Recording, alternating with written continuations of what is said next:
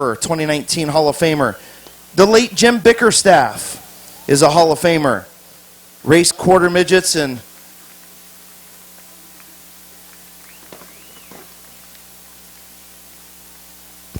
again, Jim Bickerstaff, Hall of Famer here at Midvale Speedway. Jim Bickerstaff. Also Paul Haver. Jay Peterson.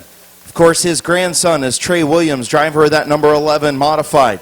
Becky the Clown Burnt. Becky the Clown, a huge figure here at Midvale Speedway from the late 70s all the way to 1990. Clyde Gardner. Larry Doc Dixon. Of course, our special announcer tonight, Mr. Adam Mackey. Alan Doc Kinsey. The late Mike Gilland. Mike White Bucks Dawson.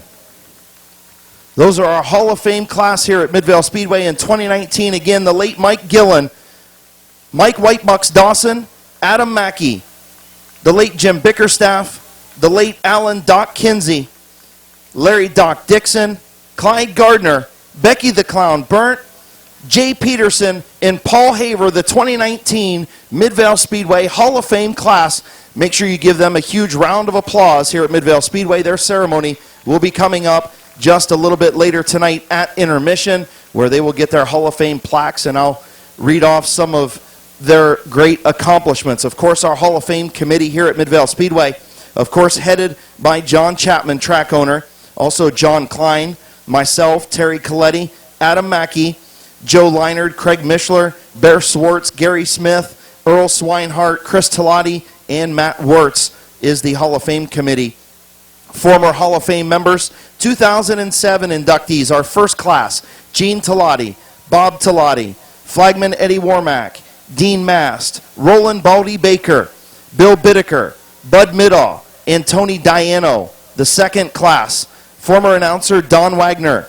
Infield, great Roy King, Bob Worcester, Delmer Clark, Dave Gillen, and Virgil Tinlin. And then class number 3 that was inducted last year in 2018, Kenny Carroll, Daryl Dexter, Ron Hoopengarner, Glenn Jewell, Ron J. Berg Sr., Larry Kilpatrick, Roger Leinard, Brad Malkett, Mark Malkett, Kenny McClintock, Harold McMillan, Larry McMillan, Mike Miller, Dean Miles, Joe Nine, Gene Pringle, Ron Prosperi, Dan Chunky Radonovich, J.R. Ridgway, Jack Ripley, Niles Rohr, Bob Sibla, Tom the Farmer Smith, Kenny Stevens, John Talati, and Chris Talati, all inducted 1 year ago. Again, how about a big round of applause for our 2019 Hall of Fame class as they parade around the Speedway.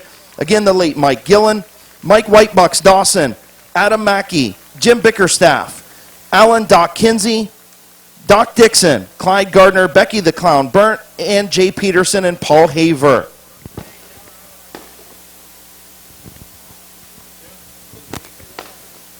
Yeah.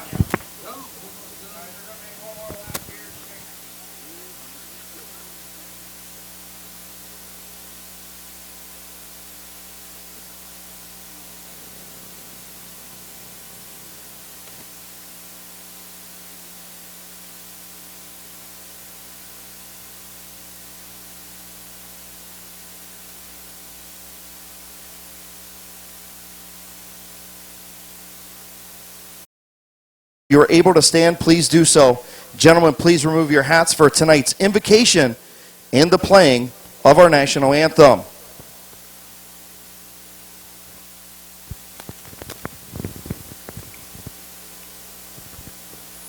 I'll turn it over now to Mr. Aaron Leinard for tonight's invocation. Let us pray.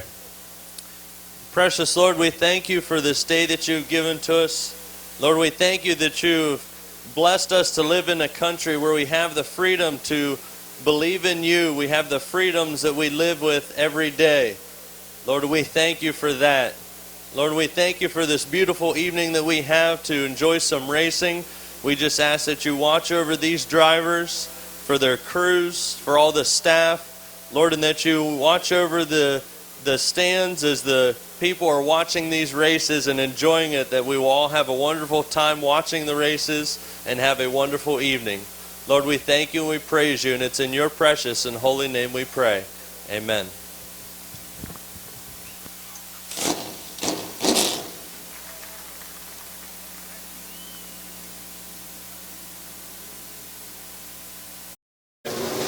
Hey, good to be back, Chris. We've got a great field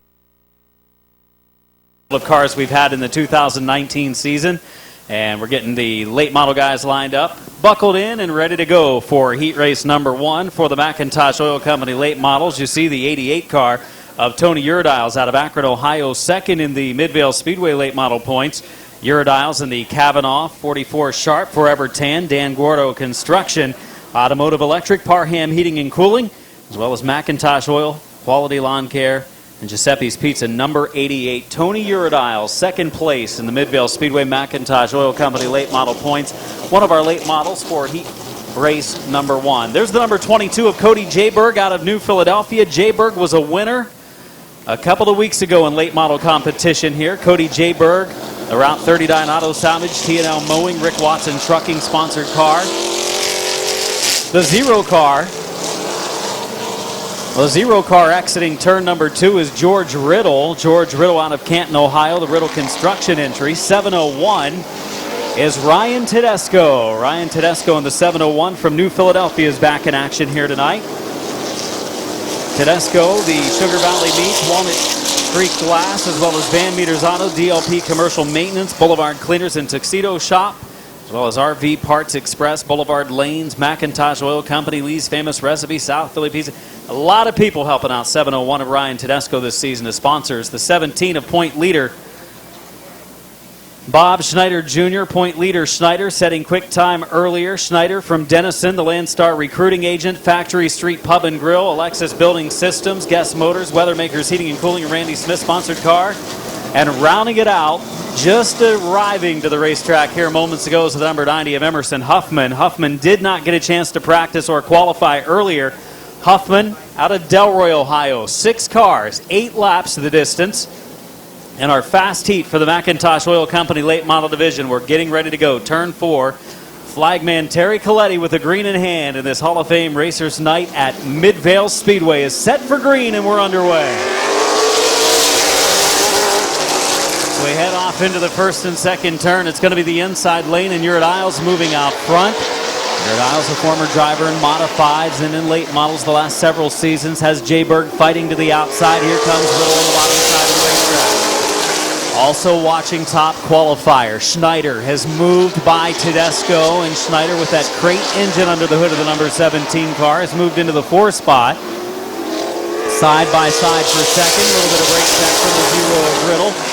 Shuffles the 17 car of Schneider back momentarily. He's got an opening. Can he fill that hole? Right now he cannot. Jayberg keeps his car in the second lane, and Schneider makes a move. A little bit of contact. They continue on. Going to be coming to halfway. It's going to be 4 laps in and 4 more laps to go for Uridiles. Riddle, Jayberg, Schneider, Tedesco, and Huffman.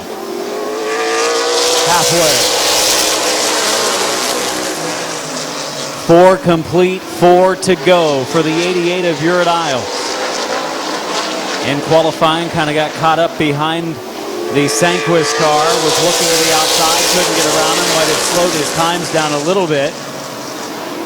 As the 88 of Uridiles pulling away from the 0 of Riddle. Riddle a little bit quicker into the turn. Uridiles a little bit faster off the corners.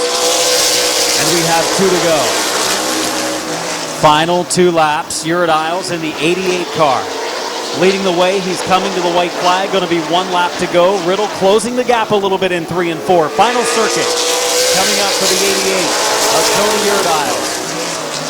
And Tony Uridiles has broken out of his quad trouble in turn number 2. Look out, Schneider. He collects the 701 car of Tedesco. Going to finish as the 0 car of Riddle will pick up the victory. Turn 2 is blocked. The 88 car of Uridiles actually went under his qualifying time twice during the race. So Uridiles in the 88 car did clock out. He broke out of his qualifying time. Oh, the last lap does not count. They were talking about it, so when they came to the white, I guess he didn't. So it will not. So it's going to be the 88 car. Tony Uridiles. Just kidding. I didn't.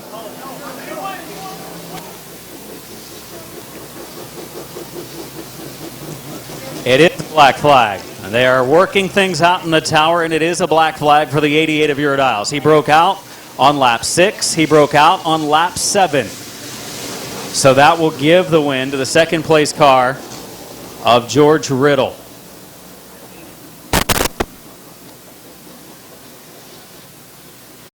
In the 25, Sanquist the 69, the Eichel Racing 69. Actually, it's Sanquist the 66, Eichel in the 69, and the 07 of Venus rounding it out, and we are underway. Green flag is out. It's going to be Ritter taking the lead off of turn number 2, his first appearance at Midvale Speedway with his car in 2019. Sanquist going to move up into the second spot.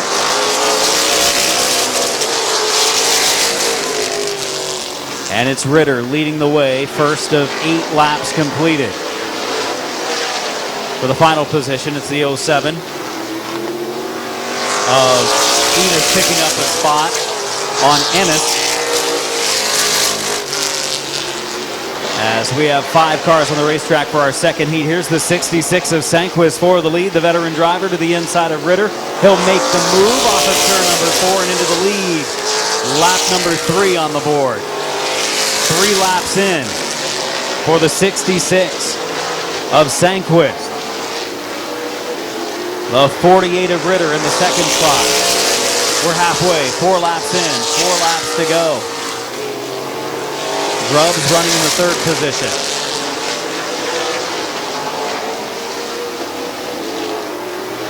Mark Enos running in the 4th spot.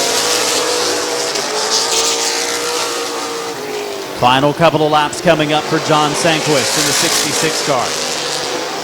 Sanquist, veteran driver, late model competition for years and years, many decades of racing for Sanquist, and he's got 2 laps to go in this heat race.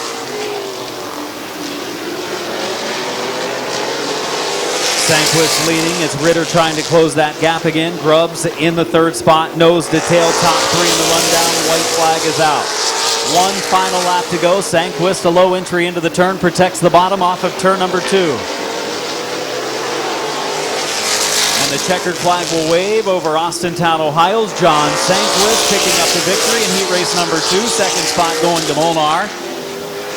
That car driven tonight by Ritter. The 25 of Grubbs finishing 3rd. The 07 of Mark Enos finishing in 4th. And Larry Ennis, that's the 69 of Ennis that was out there in our heat race. Eichel not starting the heat tonight in his race car that looks very much alike.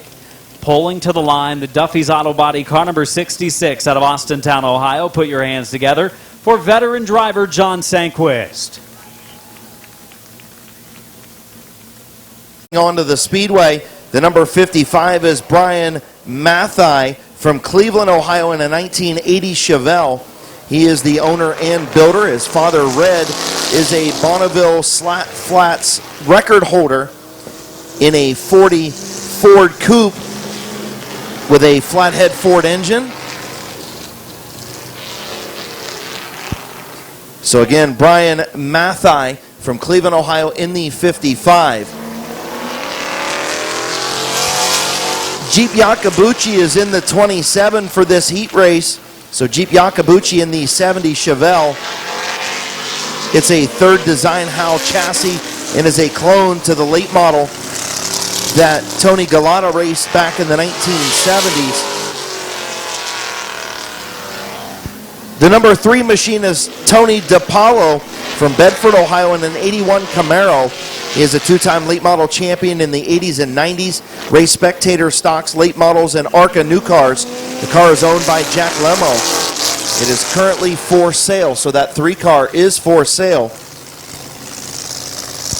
The number 16 is Cliff Laganas from Seville, Ohio in the sprint car. Laganas having some issues in that sprint car. And John Markowski from Seven Hills, Ohio in the 2005 Chevy Craftsman truck. He started driving rat racers in the 1960s. He was a late model owner and driver in the 70s. The truck is owned by Ted Keller of Cleveland, Ohio.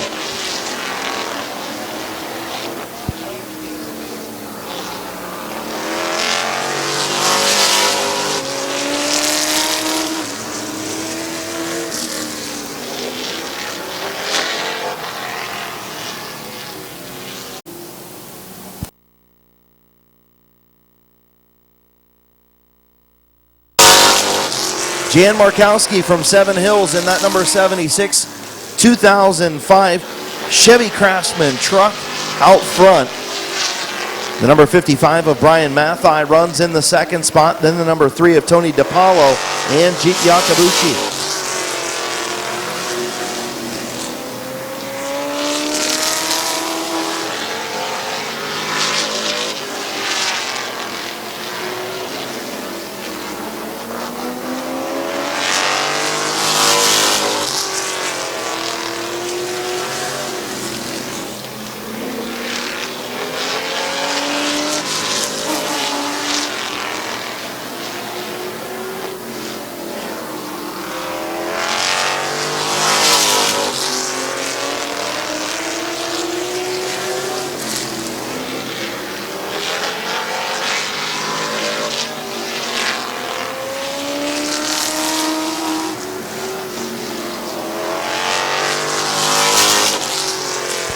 So white flag for Jan Markowski, Seven Hills, Ohio in that 2005 Craftsman truck.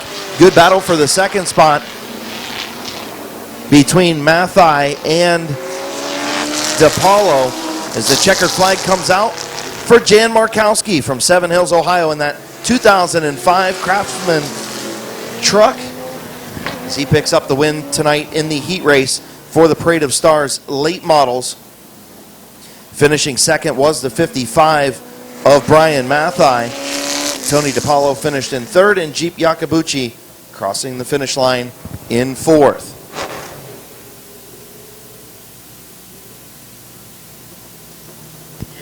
So how about a big round of applause for our Parade of Stars late models winner in the 2005 Chevy Craftsman truck from Seven Hills, Ohio. Put your hands together for Jan Markowski.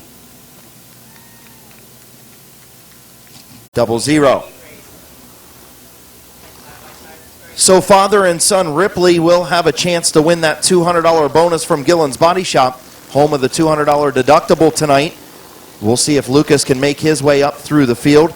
Couple-time feature winner here at Midvale Speedway this season, the big dog in the 0. Stone and Cox up front, green flag in the air, 8-lap heat race number 1. Mike Stone has the race lead off of turn number 2. He'll just about clear Cox into turn number 3, and the Rooster shoves his nose underneath Philip Cox to take over the second spot. Philip Cox remains in the high lane. Here comes the big dog trying to get to the bottom. He'll take over the third spot off of turn number 2 and into turn number 3.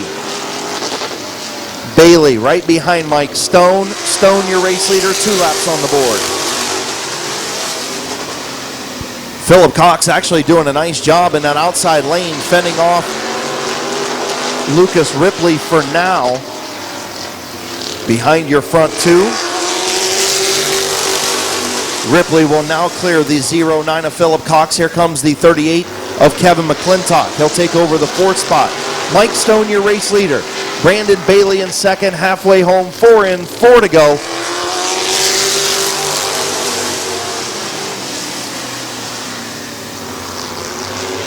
Ripley starting to put pressure on Brandon Bailey for second. Will Bailey look to the outside lane around Mike Stone? 3 to go.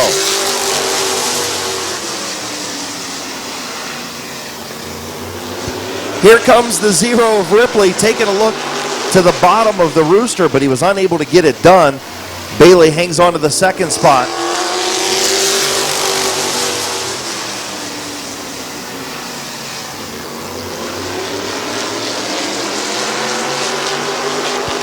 Mike Stone getting ready to take the white flag from Chief Starter Terry Coletti. Brandon Bailey in second. Lucas Ripley third. Kevin McClintock fourth. Philip Cox in fifth. Here comes Ripley. Off of turn number 4. They'll stay status quo. Mike Stone, your winner. Brandon Bailey finishes second. Lucas Ripley in third. The 38 of Kevin McClintock in fourth. And the 09 of Philip Cox, the 00 of Todd Ripley, pulled out before the end of the feature, or heat race. Feature, I'm jumping ahead.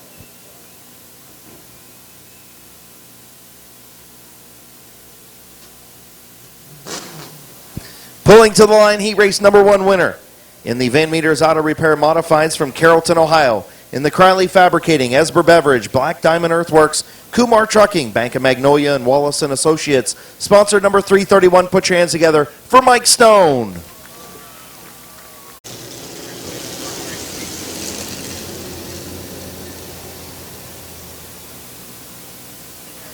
Few of these drivers making very few starts so far this year. That front row, a combined 2 or 3 starts. And McGrath, who's driving to 66, only a couple starts for him as well. So little inexperience, at least as far as the season goes in the modifieds for this heat race. But it's going to be Dover's Trey Williams on the inside of row number 1 and the number 7 of Corey Beatty outside, and we're underway. A good start in turn number 4. Taking it to turn 1. Who will it be leading off of turn 2? It's going to be Williams on the inside lane. Beatty a little bit free on exit. And it's going to move Nick Grubbs to the inside lane, and Grubbs will take second. Here comes Bob Page. Some contact down in turn number 4. Checks up in that Tanarelli-looking number 67 ride. Tanarelli owned number 67, checked up to avoid heavier contact with the number 7 of Beatty, as we are now single file, nose to tail, as Grubbs sets his sights on the leader, Trey Williams. 2 laps down, 6 laps to go, and Page gets to the inside of Beatty. Beatty didn't know he was there, looked over and jerked the wheel to the right, gave him room, and now Beatty sideways going into turn 3. There's the 7. Going into turn number 1, Beatty will close the door. He's able to run the inside lane. Beatty, and the battle for third continues with the 67 of Bob Page. Also watching fourth, make it 5th and 6th to the back of the field. And we are halfway, 4 laps in, 4 laps to go. And Trey Williams right now pulling away from Nick Grubbs. Williams, first start of 2019. And the second start actually was here one other time during the 2019 season. Williams bringing this car out, his car for the first time in 2019, but also drove earlier this season another race car as we're down to the final 2 laps. Final 2 laps for Williams. Williams walking the dog a little bit in this heat race.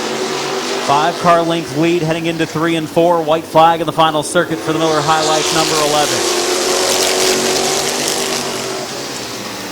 Be half a lap to go, holding a pretty wheel coming off of turn number 2 as Williams makes his way to turn number 3. Close call for the 7 of Beatty and the 67 of Page. Coming to checkered, it's going to be Williams picking up the victory. This 8-lap heat race coming to a close. Second place to Grubbs, third to Beatty, fourth to Page, Sibla 5th, and McGrath comes home 6th. But picking up the victory from his pole starting position and able to pull away from the field and win heat race number 2 of a scheduled 3 heat races for the Van Meters Auto Repair Modified Division. Coming to the line in victory lane from Dover, Ohio. Let's have a nice round of applause for Miller High Life number 11 of Trey Williams. Trey Williams, Chris, living the high life. Yes, living the high life on the night that his grandpa gets inducted into the Midvale Speedway Hall of Fame. So Trey Williams in the number 11, first time out for that ride this season. Again,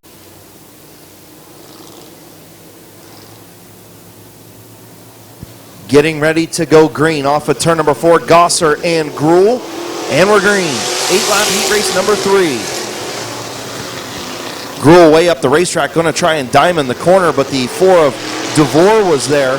Gosser going to be out front, side by side for second between Derek Gruhl and Jerry DeVore. Aubil moving up into that 4th spot. Still got a nice push in that number 31 ride. It'll take a couple weeks to get the bugs worked out for the veteran driver, Bill Aubil, first time racing in a modified. As Dan Gosser up front, he also moved up from the Detroit Iron street stock, sports stock days. Took like a 14, 15-year hiatus and is back racing here at Midvale Speedway. Is Aubil going to stuff it down the bottom of Derek Gruhl to take over the 3rd spot. So Bill Aubil thinking his machine's ready to go. He's moving up to the front behind the 4 of Jerry DeVore.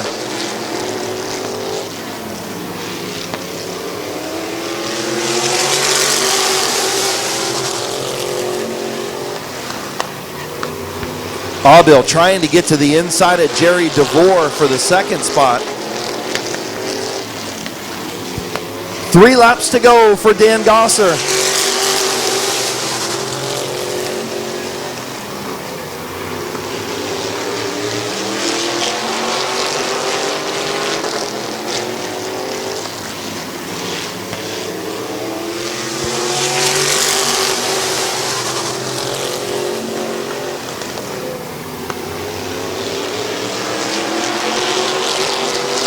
Coming to the white flag, Dan Gosser, your race leader.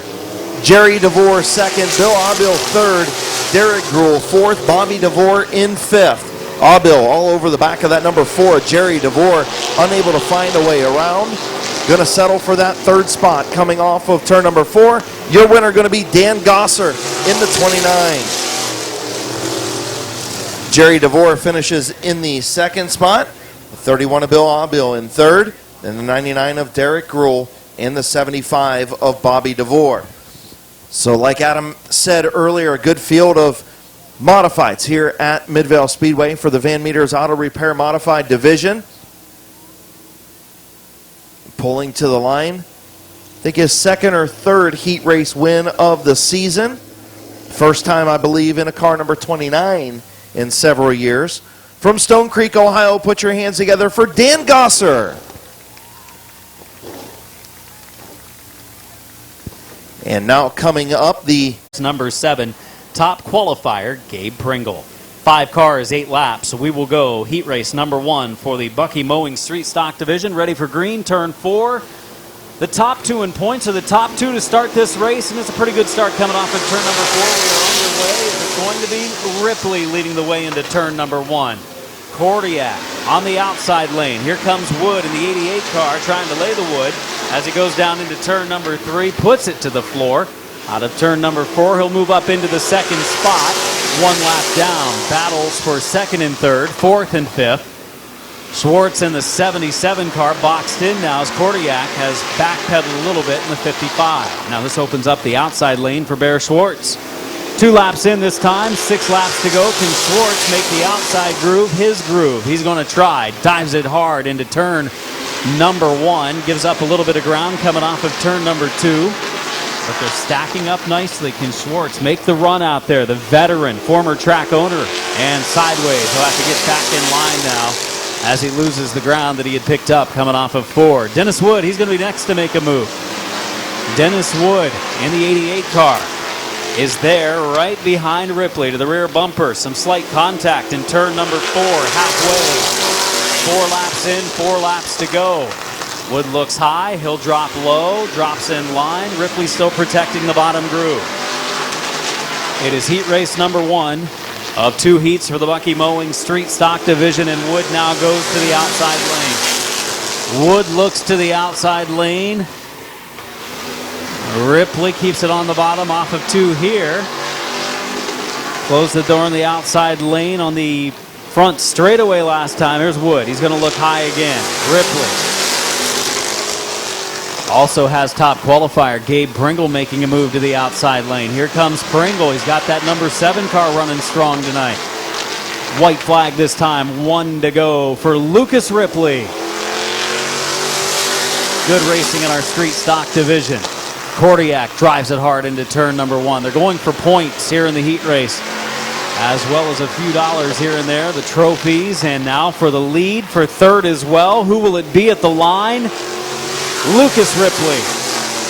Dennis Wood takes second. Third spot to the 7 of Pringle. Fourth to Kordiak, and fifth to the 77 of Bear Schwartz.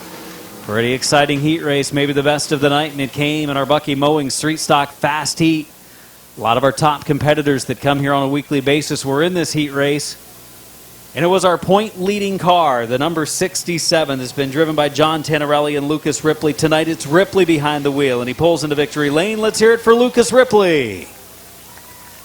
The Heron Heating and Cooling number 67, your victor in heat race number 1. The 75 is Bob Passwater Sr. from Waynesburg, Ohio. And out back it's Scooter Scott Richardson in the number 95. And green flag is in the air, but I'm not sure it's going to stay in the air very long. and the yellow light already out.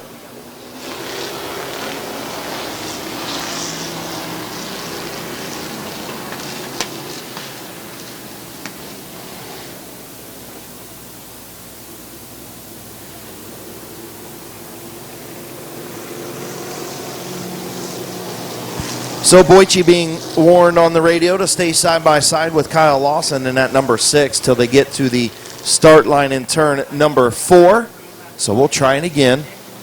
Lawson, Boyce, Passwaters Jr., the 118 of Locker, the 22 of Wood, the 75 of Passwaters Sr., and the 95 of Richardson. Getting ready to go green flag in the air. 8-lap heat race number 2 for the Bucky Mowing Street Stocks. Boyce, Lawson way up the racetrack, almost got into Boyce, but Boyce going to scoot around and take the race lead into turn number 3. Here comes Colt Locker via the outside lane, trying to get around Lawson in that number 6.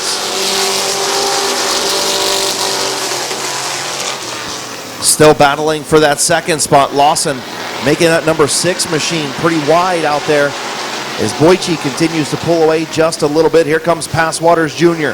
to the inside of the 118 of Locker, and now Lawson got all kinds of crossed up off of turn number 4, and he cost Passwaters Jr. several spots.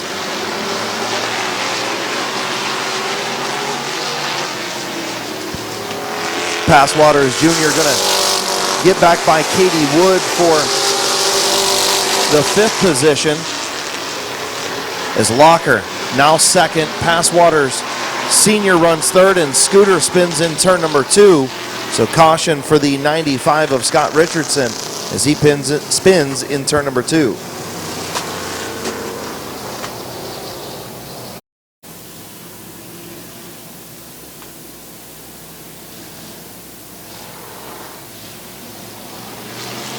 Getting ready to go back to green, Boyce and Locker. Green flag back in the air. Passwater Sr. and the 6 of Lawson.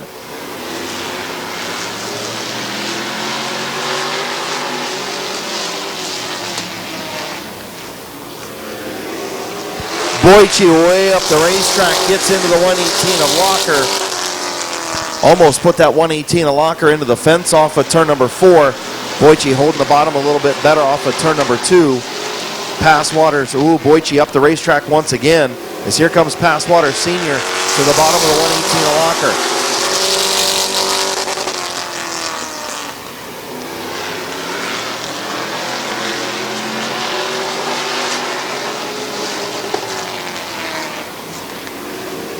Boyce leads Passwaters Sr. in second. Of course, with his Pittsburgh Steeler logo on the B post of that machine. Will he have time to run down Boyce? White flag in the air. Boyce, your race leader. Passwaters Sr., Locker, Passwaters Jr., Lawson, and Wood. Best battle on the racetrack for that 3rd spot. Passwaters Jr. to the inside of Colt Locker off of turn number 4. Checkered flag for Boyce.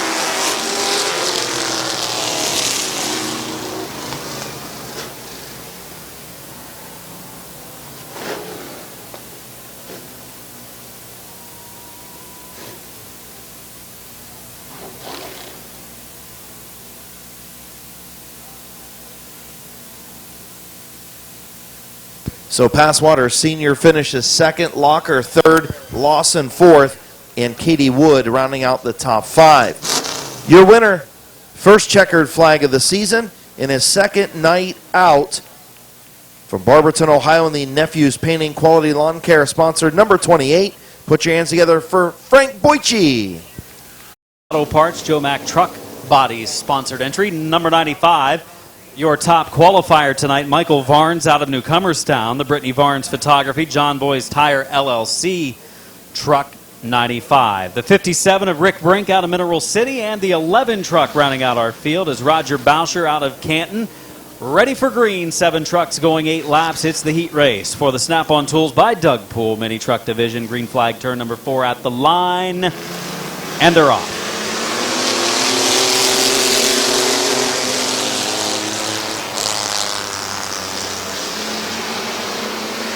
Into the lead, down the back straightaway, and into turn number 3. It's the number 19 truck, the point leader, Scott Lindell. That sharp number 19 truck leading the way. Struggled a little bit in qualifying earlier today. A 4 of Tim Scott running second. The 2 of Barney Gerber running in the third spot. And here comes Eddie McLean to the outside lane. McLean pushes up a little bit too high, though. We'll have to bring it back to the bottom as we've completed 2 of the scheduled 8 laps. Scott Lindell in the number 19. This time by, he's going to pick up a speeding ticket. He's gone too fast. He's broken out of his qualifying time. The black flag has been given, and Scott Lindell is off to the pits too fast during his heat race for his qualifying time. That'll be readjusted for his feature start. And now for the lead. 4 truck battles some contact. Top qualifier.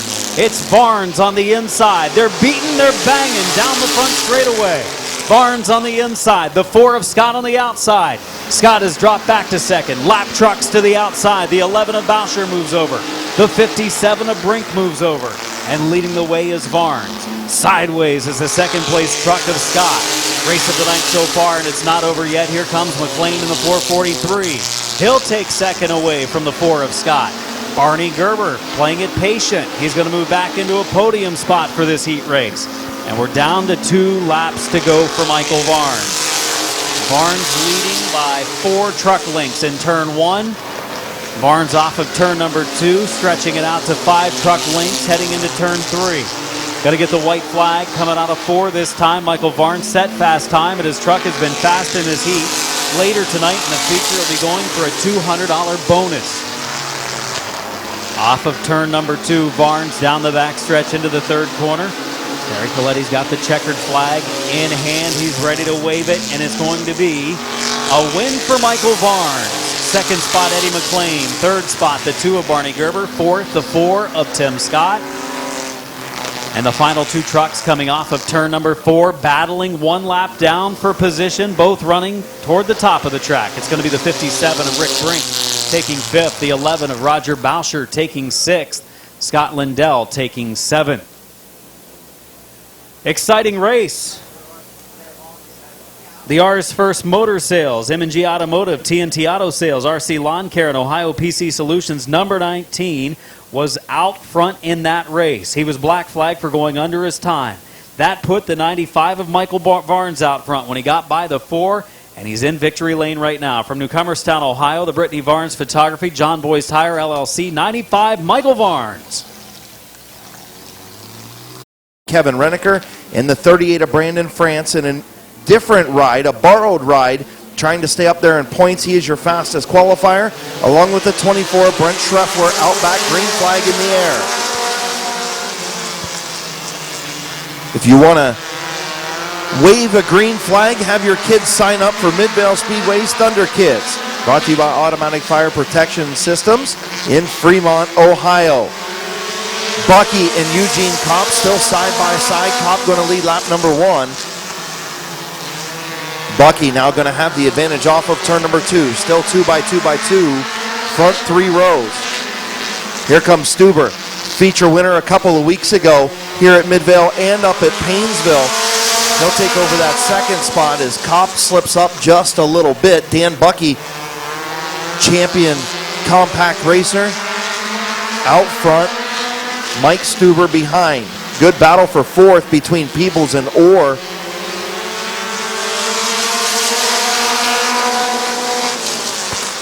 Jeffrey Orr trying to take over that 4th spot from Peebles. They'll remain side by side as Stuber looks to the outside of Dan Bucky for the race lead in turn number 3.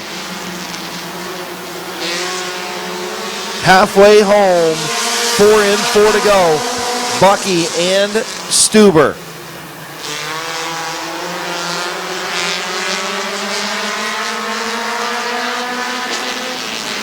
The 24 of Brent Schreffler leaking fuel. He's going to pick up the black flag for leaking fuel. He's back there behind the 38 of Brandon France. Bucky and Stuber still side by side for the race lead. Good battle up front between Bucky and Stuber.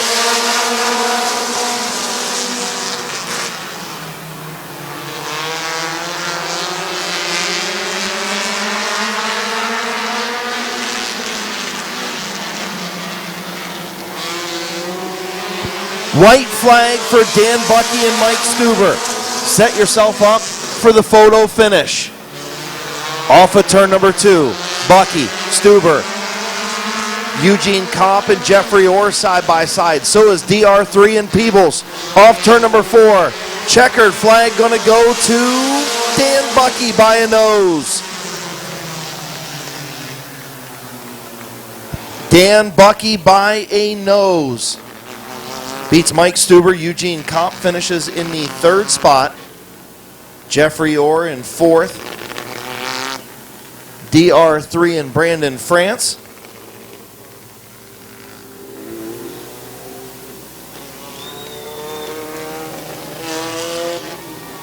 Pulling to the line, heat race number 1 winner in the in the Finlayson Towing Compacts. From Sherridsville, Ohio, in the My Water Doctor Bucky Mowing and Snow Removal sponsor number 69. Put your hands together for Dan Bucky. Kyle Finlayson in the 15 out of Bolivar on the inside of the final row. The Finlayson Towing, Finlayson Trucking, Shutterbug Photography car. And rounding out our field, the 175 of Justin Riniker. Field is green, 8 laps, heat number 2 for the Finlayson Towing Compact.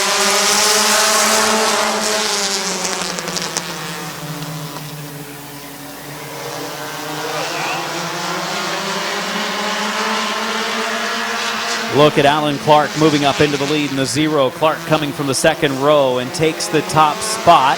Clark will lead lap number 1. Jamie Leslie also on the move in the 64. Shuffled back to 3rd is Curtis Finlayson.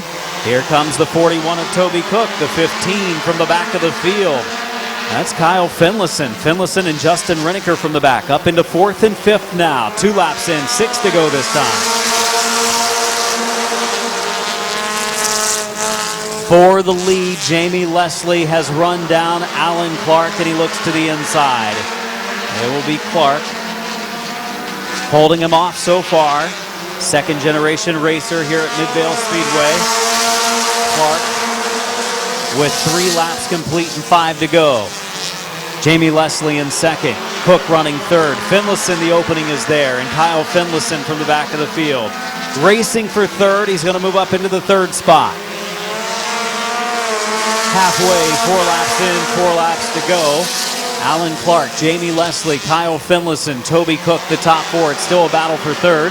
Riniker boxed in right now, nowhere to go. He started this race at the back of the pack in 8th. Inside lane moving forward. Leslie thinking about the outside lane, hasn't quite committed yet. 5 down and 3 to go. It's still Cook working in that 2nd lane, but he's fallen to 5th. Here comes Riniker and now Finlayson. Finlayson's got a couple laps to go now. 2 laps to go this time at the line for the 15 of Finlayson, and he's come from the back. He could do it.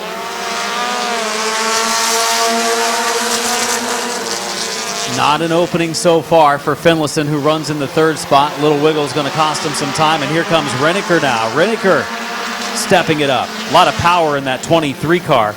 Carl Phillips has a rocket ship. Boxed in right now, 1 to go.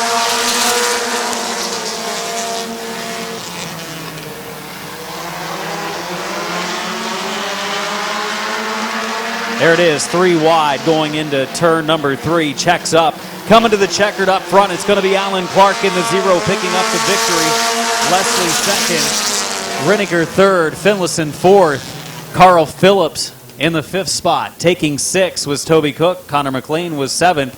And Curtis Finlayson was 8th. Heat race number 2 was a pretty good one. Saw a lot of passing. Drivers coming from deep in the field. Interesting to see how it goes when it's feature time tonight for some of those faster cars that were at the back of heat race number 2. Final heat race coming up for the Finlayson Towing Compacts, but first, the Leggett Tire, AC/DC Racing, and Medley Mowing number 0. From Sherridsville, Ohio, let's hear it for Alan Clark.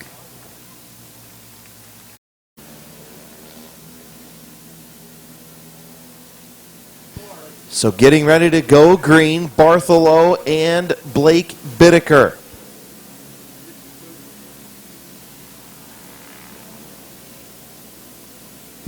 Getting ready to go green, Bartholomew and Bittaker at a snail's pace in turn 4. Now we're green.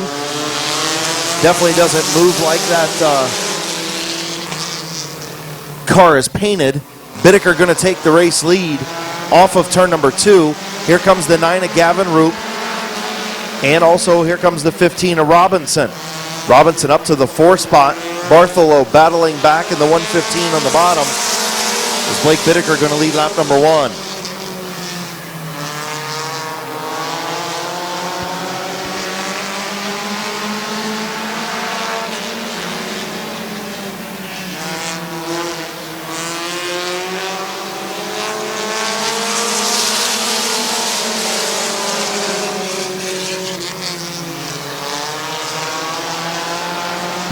Blake Bittaker continues to lead, but the man on the move is the youngster. The 15 is Derek Robinson. Freeport, Ohio driver, and caution on the speedway as Gavin Roop and Blake Bittaker get together in turn number 4. Good driving by the 44 of Andrea Brokaw. Must be those extra eyes. The 21 of Donnelly, the 44 of Brokaw, the 79 of Brokaw, and the 9 of Roop. 2 laps complete, 6 to go. Final heat race of the evening. Getting ready to go green off of turn number 4, and we're green.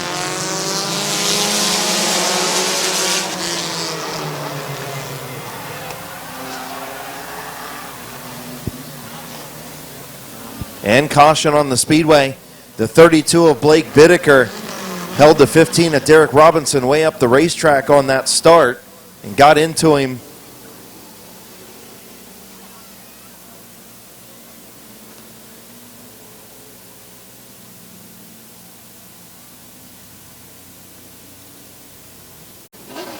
Those extra eyes that Andrea of her race car, allowing her to navigate through the traffic and confusion, and finds herself up front. Green flag in the air. Oh my, shot out of a cannon goes the 44 Brokaw. Andrea Brokaw, your race leader. Gavin Roop runs second. The 21 of Donnelly in third. Into turn number 3. Gavin Roop sideways. Andrea Brokaw going to lead lap number 3.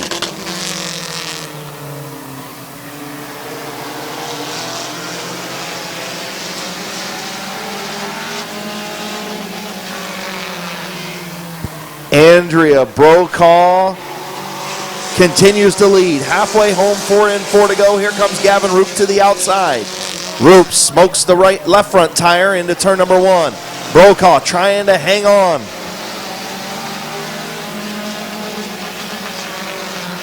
Gavin Roop to the outside, a little bit of contact. Roop going to take over the race lead.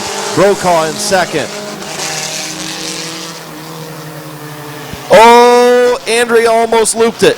Is it going to cost her second spot? It may. Here comes Sean Donnelly. Donnelly to the outside. Here comes Blake Bittaker. And Brokaw going to spin it and almost roll it over in turn number 3.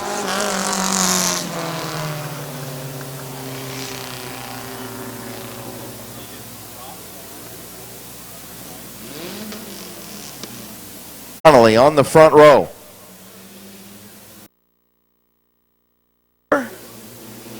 Green flag is in the air. Gavin Roop will have the race lead. Again, a little bit of brake smoke from that left front tire. Donnelly going to try and go around the outside. Gavin Roop into turn number 3. Good battle for that top spot. Blake Bittaker coming back into the mix for the top spot. Gavin Roop going to have it. Here comes Bittaker to the inside of Donnelly for second. Donnelly up the racetrack again. Here comes Blake Bittaker. Oh, and Eric Brokaw just got a visit to the couch tonight as he just cut off his wife. He will be on the sleeper sofa.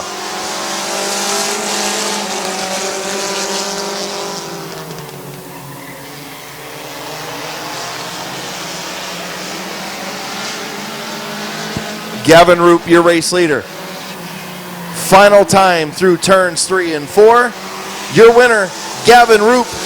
Blake Bittaker finishes in the second spot. Then Sean Donnelly, Eric Brokaw, and Andrea Brokaw. Hill, Ohio, in the R&B Tires Fast Plas Metal Art sponsor number 9. Put your hands together for Gavin Roop. Timer.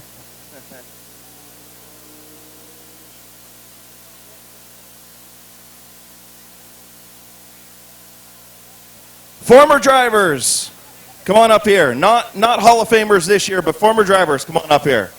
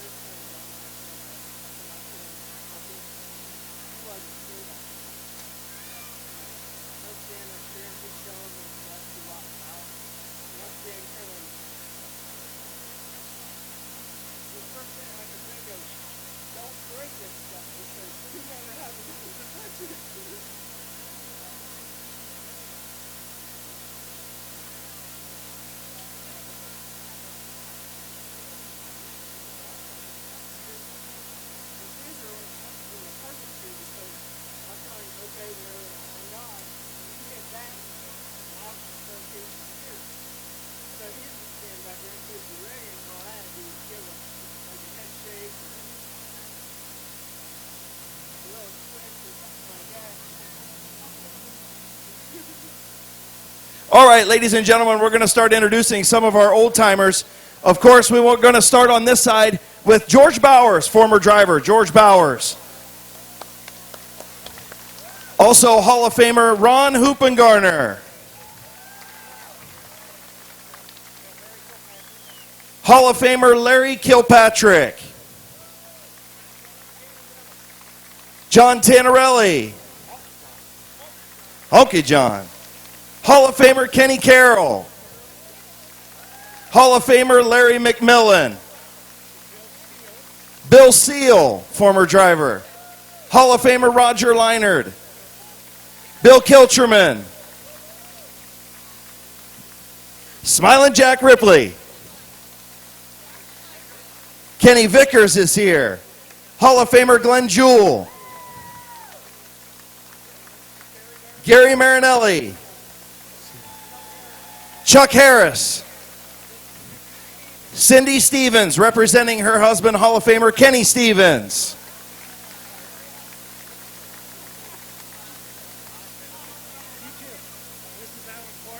Alan Clark, but we'll call him an old-timer, but he still races, so he's not really an old-timer, but he's representing his dad, and of course, Hall of Famer Delmer Clark. Duffy Stafford. Jeep Yakabuchi. How about Pappy Miller? Hall of Famer Darrell Dexter. Bill Ingersoll. And Hall of Famer Wild Bill Bittaker. Hall of Fame wife Rindy Sibla.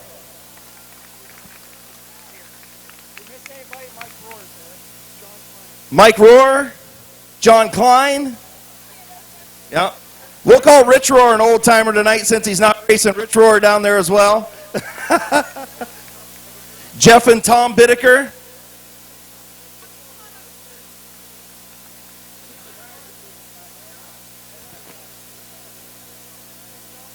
Tim Johnston.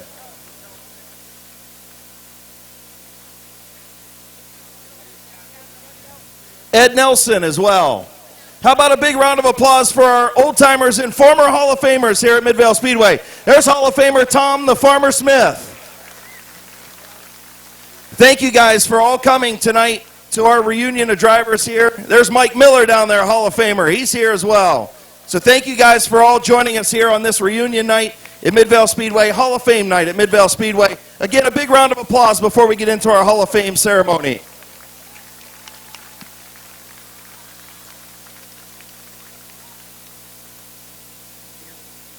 Also, the Jayberg family over there. I see the code man, Cody Jayberg, representing Ron Jayberg Sr.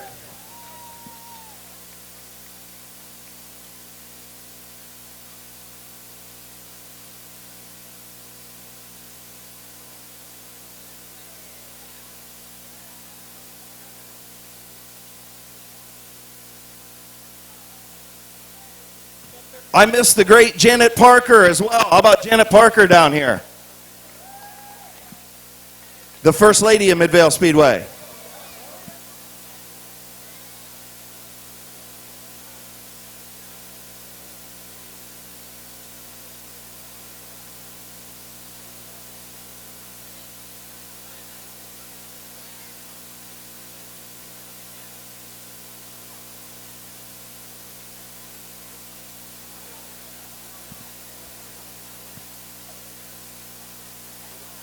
Okay, ladies and gentlemen, we're going to go ahead and start our Hall of Fame ceremony down here on the front straightaway. The first thing we're going to do is we're going to get started with a couple special awards on this Hall of Fame ceremony night. As we have this very special award, we want to honor the man who took home the very first checkered flag on opening night 1953, 95-year-old Bob Marinelli.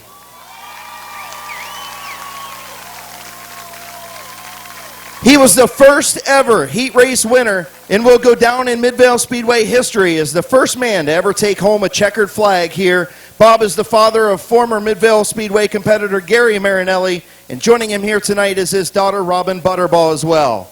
Congratulations, ladies and gentlemen. Put your hands together.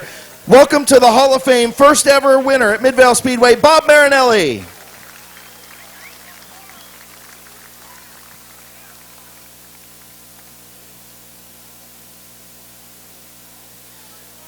Our second special award is a Lifetime Achievement Award. We are proud to present this Lifetime Achievement Award to the original landowners where Midvale Speedway was built and currently resides, Russ and Ida Kelly.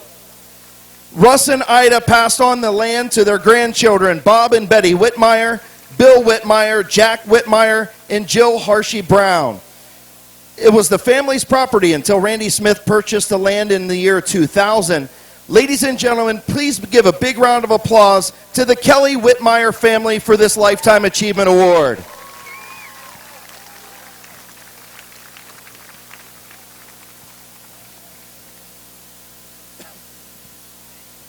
Okay, our first Hall of Famer, our next inductee, is the son of another Hall of Fame driver, 2008 inductee Dave Gillen.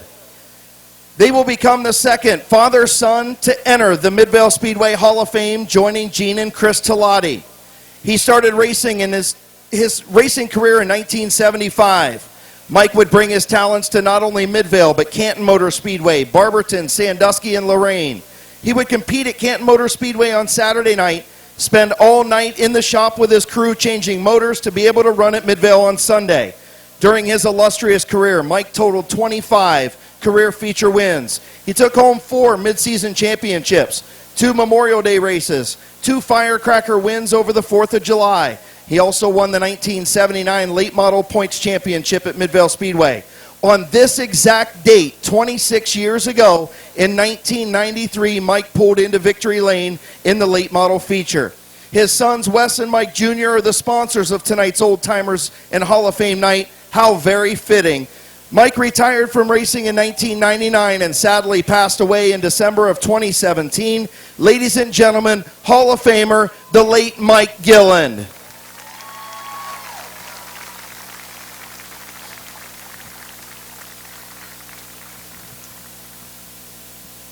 Our next inductee started racing in 1974. As a rookie, he won 5 races. His first feature win would come in his sophomore season in 1975 at Canton Motor Speedway.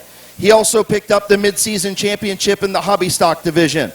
Mike's best season was 1984 when he took home the checkered flag in 4 features and finished second in 4 others.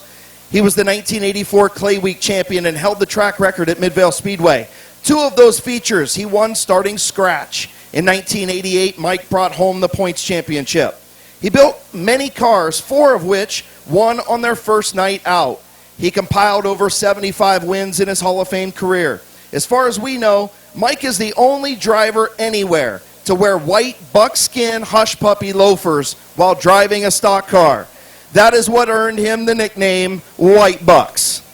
Mike considers all of the fans who supported racing at Midvale Speedway the true Hall of Famers, because without them, he would not be receiving this prestigious award tonight. His hero was Hall of Famer Virgil Tinlin and his dad Jack Dawson, who built Virgil's cars. Mike wants to take a moment and thank Doc Dixon, Smoke Erickson, Tom Coltrap, Ken Skinner, Bill Harpo Ashworth, Steve Warmack, Greg Gallagher, Dave Arrett, Rob Phillips, Niles, Mike, and Rich Rohr, Bill Wells, Bill Engel, and his sponsors, Coltrap Speed Shop, BW Auto Wrecking, Ewing Chevrolet, and Slate Sanitary Service. Ladies and gentlemen, Hall of Famer Mike White Bucks Dawson.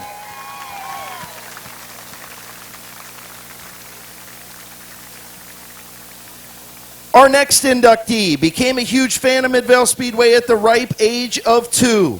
He started announcing races into his family's home video camera at the age of 12. In the mid-1990s, while still in high school, he started announcing races on TV2 and WBTC radio. In 1999, he became the voice right here at Midvale Speedway. Adam wore many hats over the years, not just as an announcer. He worked in the public relations and marketing side of Midvale Speedway, as well as being the race director. He also covered almost every sport in our area on several different radio stations. He was offered an opportunity in 2015 that he just could not pass up. He went to work in Illinois for Track Enterprises as the operations manager. He is overseeing operations of over 76 events on the Track Enterprises schedule in 2019. He still gets to grab the microphone on occasion, calling the Snowball Derby, the Winchester 400, the World Series from New Smyrna each and every year, and of course, he makes his special appearances like he is tonight at Midvale Speedway when he's back in town.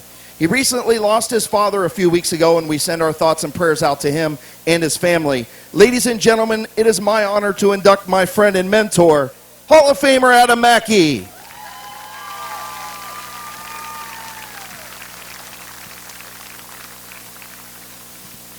Our next inductee started out racing quarter midgets.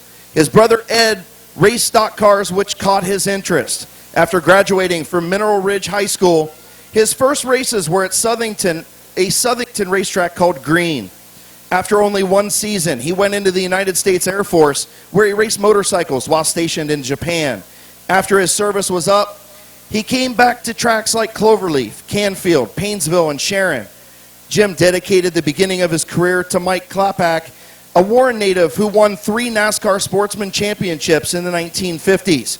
He purchased a car from him and learned driving techniques from the former champion.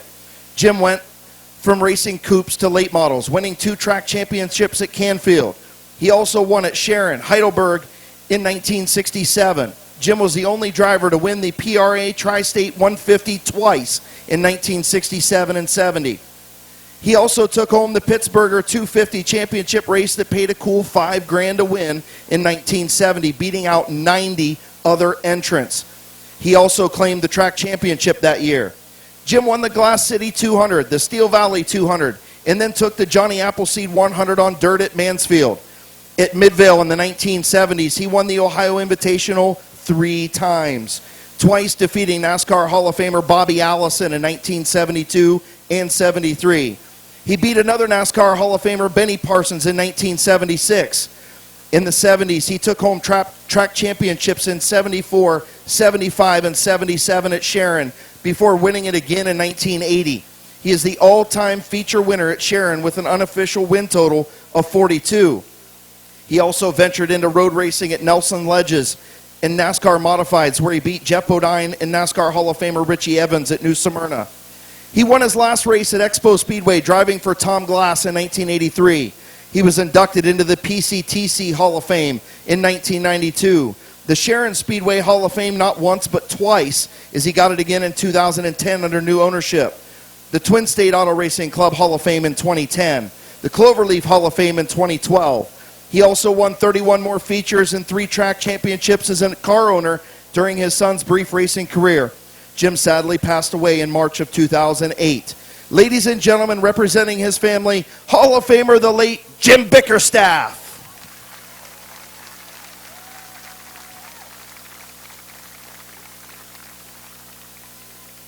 Our next inductee was the co-owner of Clum Tire with his cousin Clarence Clum. He was also the manager at OSI Tire in Midvale, where he retired. If it had 4 wheels, Doc would race it. He started racing at the age of 15 for Bob Marinelli. His career took him from the Dover Fairgrounds to Strasburg and right here at Midvale Speedway, all the way to the high banks of Daytona and Talladega in the ARCA Series. He won many races over the years, including the King of the Hill event. He also held the track record at Midvale at one time. His career was briefly interrupted when he was drafted into the U.S. Army, but he would come home on the weekends to race and then drive back all night to be at the base for roll call on on Monday morning. When Doc's driving career was over at the young age of 42, he built cars for the younger drivers, one of those being Hall of Famer Delmer Clark. He continued to follow the sport until his passing in January 2015. Doc is also a member of the SK Tools ARCA Mechanics Hall of Fame when he was inducted in 1979. Representing the Hall of Famer, ladies and gentlemen, Hall of Famer the late Doc Kinsey.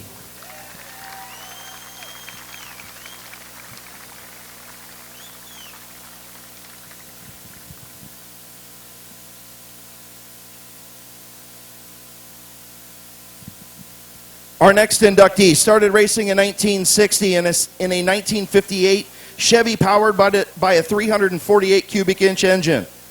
Doc raced all across the country at many tracks, including right here at Midvale Speedway.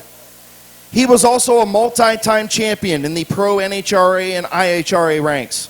The highlight of his career is when he won the 1974 NHRA World Championship, and in 1987 he was the runner-up NHRA Competition World Champion. He was also the 1987 NHRA D3 champion, the Sportsman of the Year award winner, and a special Winners Person of the Year. He actually won more races than the champion did. He competed primarily at Dragway 42 in Quaker City. Doc raced for Knaffel Pontiac in the early 70s, where he would take 2 cars to every track he went to. The owners of the track got to pick the car and driver in one of Doc's cars, and Doc would drive the other. He usually won, and no matter which car he drove or who drove against him. This car duo was called the Tin Indian Racing Team. His best seasons at Midvale were in the early 1980s. He was a major influence on every driver at Midvale Speedway because he helped them all. He retired from racing in 1989. Doc also built race engines for 14 years at Malkett Racing Engines in Strasburg. He's been married to his wife Lynn for 32 years. They have 3 beautiful children and 4 grandchildren. Their son Jamie and his wife Angela and their children Gianna and Brady. Daughter Charity Dixon Francis with her children Ethan and Riley, and their late son Chad, who raced here at Midvale Speedway in his younger years but was tragically lost to a motorcycle accident in Florida in 2012. Ladies and gentlemen, Hall of Famer Larry Doc Dixon.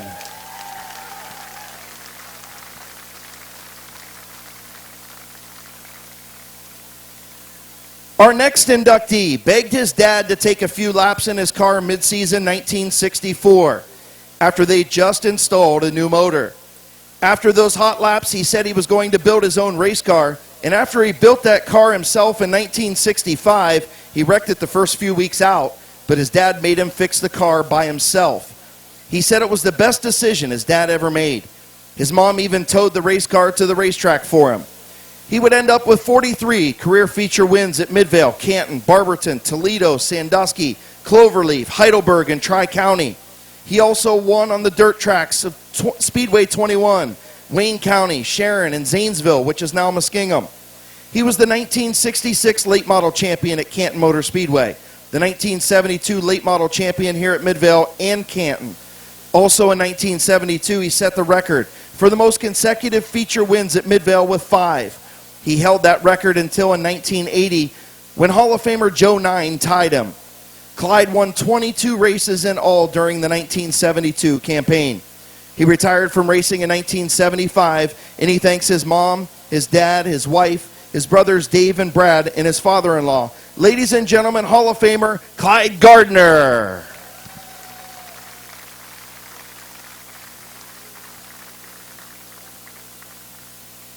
Our next inductee entered a contest by Hall of Fame track owner Gene Talati in 1976. Gene wanted a Midvale Speedway clown, so he asked prospective candidates to show up the following week dressed as a clown. He would see how they interacted with the fans, and then he would make a decision on the winner of that contest. The following week, only one candidate showed back up dressed as a clown, and she would become an icon at the Speedway and in the community over the next 14 years. After getting the job, she went into Clark's Sporting Goods in Dover and told them what she was going to do, and she asked for the biggest pair of shoes they had. She only wore a size 8, so they gave her a brand new pair of 15.5 Converse high tops for the first several years. Becky not only handed out candy and interacted with fans and drivers of Midvale Speedway, she would make special appearances at all of the area parades, the Swiss Festival, First Town Days, Canal Dover, Clayland, the holiday parades, the Tuscarawas County Demolition Derbies. She even made an appearance at St. Clairsville Speedway. Wherever she went, she promoted and represented Midvale Speedway. As a kid growing up during that time, the first thing you looked for was her. She would fill up your hand, or in my case, your hat, with a handful of candy, give you a hug, and send you on your way to the racing action. Becky retired from clowning after the 1990 season, but would occasionally make appearances at family members or close friends' birthday parties. Ladies and gentlemen, Hall of Famer Becky the Clown Barrett.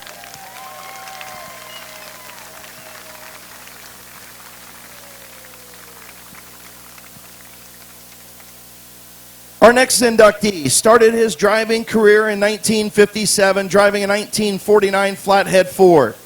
He picked up the Most Improved Driver award as a sophomore in 1958. He was the fastest qualifier and won the 58 and 59 season championship races. He also took home the mid-season title in the late model points championship in 1959. Jay also competed at Barberton, Waco, Canton, St. Clairsville during his career. He switched over from the Flathead Ford to a Pontiac in 61 through 65 before switching back to Ford in 1966. Art Harpo Hines and Jim Log paint and body helped him throughout his career. Jay retired from racing after the 1966 season, and he continues to follow the racing career of his grandson, Trey Williams. Ladies and gentlemen, Hall of Famer Jay Peterson.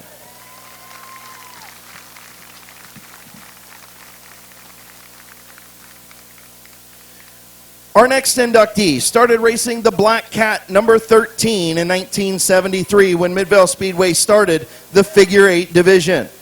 He was actually the first driver to pull onto the track that day. Paul had numerous wins throughout his Figure 8 career. He also helped out McCormick Racing during his tenure at the track, even having a role driving on the oval. Paul said one of his fondest memories is when he joined the Upside Down Club. The car rolled over in turn 1 when a left front ball joint broke. He was hanging upside down with all of his weight hanging from his seat belts. Hall of Famer Roy King of the infield track crew wanted to cut his belts to free him because there was a small fire underneath the engine compartment. Paul insisted that his butt was not on fire and that he did not want his belts ruined. He also didn't want to break his fall with his face. He was able to support himself enough to get out, saving his belts and his face, of course. Paul retired in 1985, but still continues to follow the sport. Ladies and gentlemen, Hall of Famer, the Black Cat, Paul Haver.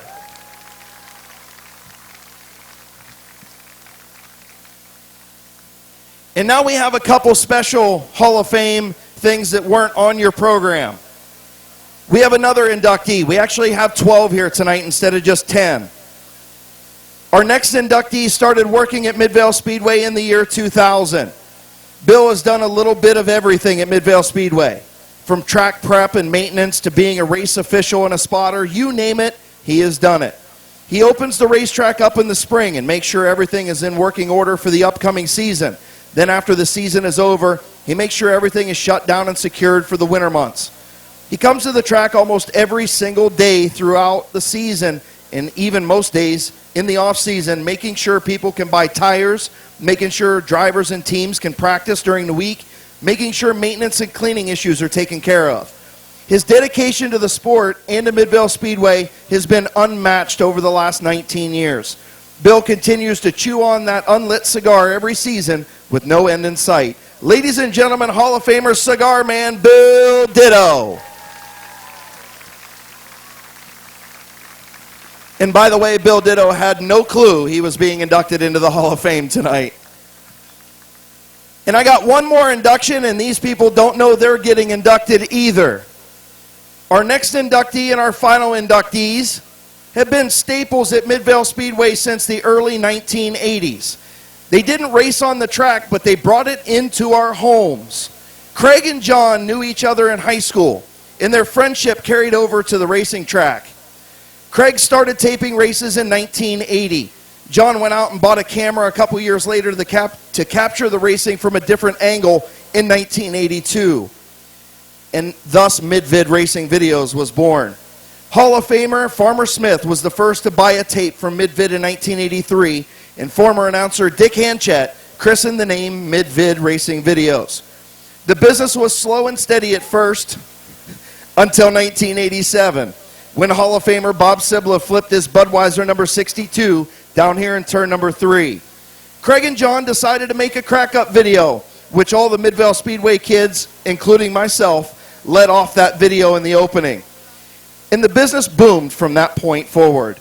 With social media still 15 to 20 years away, Mid-Vid was responsible for bringing our local racing at Midvale, Barberton, and the Main Event Racing Series, as well as demolition derbies into our homes of the drivers, fans, and even on local cable TV. If you missed the race or you wanted to watch it over the last 20 years, they had you covered.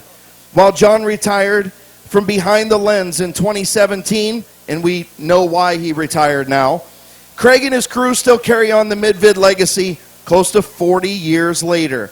Ladies and gentlemen, our final inductees to the Midvale Speedway Hall of Fame in 2019, Hall of Famers Craig Mishler and John Chapman of Mid-Vid Racing Videos. And again, Craig and John had no clue they were being inducted tonight, but why wouldn't you induct somebody that's been around for 40 plus years at Midvale Speedway and bringing it into our homes? I'm getting a dirty look. You're welcome. You're in trouble. I'm in trouble. Ladies and gentlemen, Dean Miles is also here. I forgot to introduce Hall of Famer Dean Miles as well. Didn't want to forget old Dino. All right, ladies and gentlemen, how about a big round of applause for your 2019 Hall of Fame class and also our old-timers and former drivers here at Midvale Speedway. Adam? And we do have one more special award we want to give to Kelly and John as well. Kelly, you can come on over here. Of course, Brenda and Candy, people that we've known here for years. Brenda Stafford, Candy Wilson, teacher, my kindergarten teacher right here. Who gave you the mic? So they wanted to do a special award for you guys from Werther's. They've carved into a wooden plate minding Midvale's history. It's for the Midvale mining, and of course everybody got to see Brenda and Candy when they came in. It's got the Speedway on it. It's a pretty cool deal. So that's for Kelly and John. The back of the plate tells the history of the Speedway. John and Kelly are some of our biggest fans. Candy and I have been working for 18 years on this history of Midvale, and we're working on getting a museum. And John and Kelly has said, we'll help you all the way. We'll help you all the way. So we love them like family. True Midvalians. Give them a nice round of applause, ladies and gentlemen.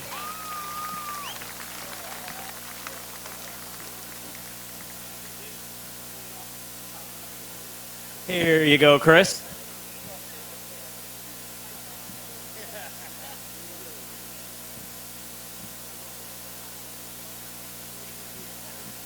Congratulations. You well deserved it.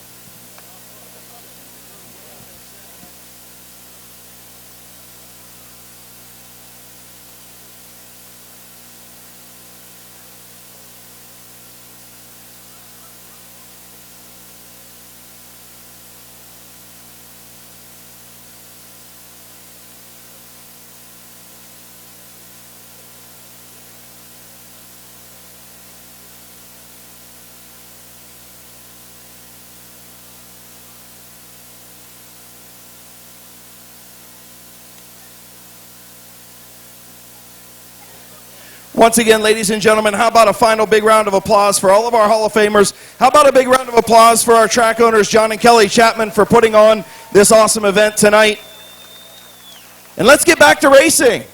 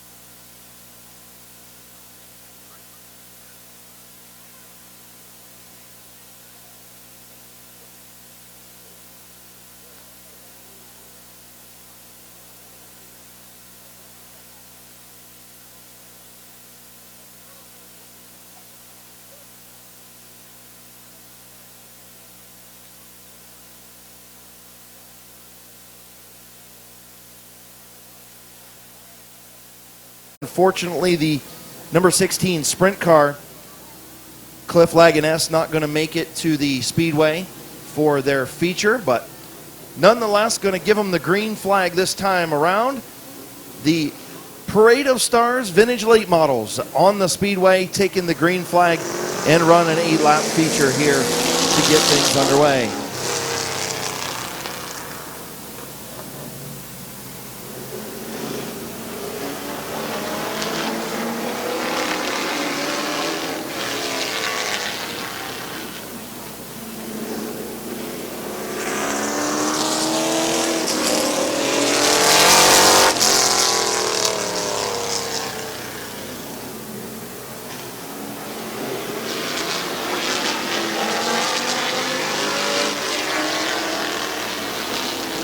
Tony DiPaolo takes the race lead in that number 3.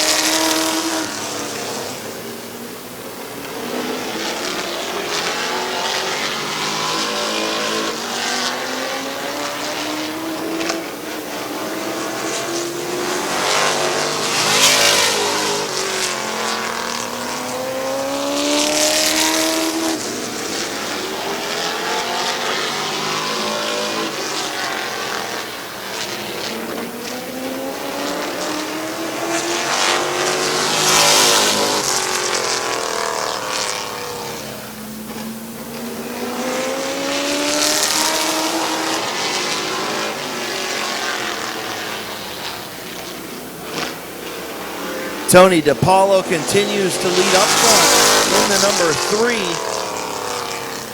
55 of Brian Mathai from Cleveland on the outside, along with that 2005 Craftsman truck, piloted by Jan Markowski. Oh boy, into the fence off of turn number 4. Didn't hurt it up too bad, I don't think.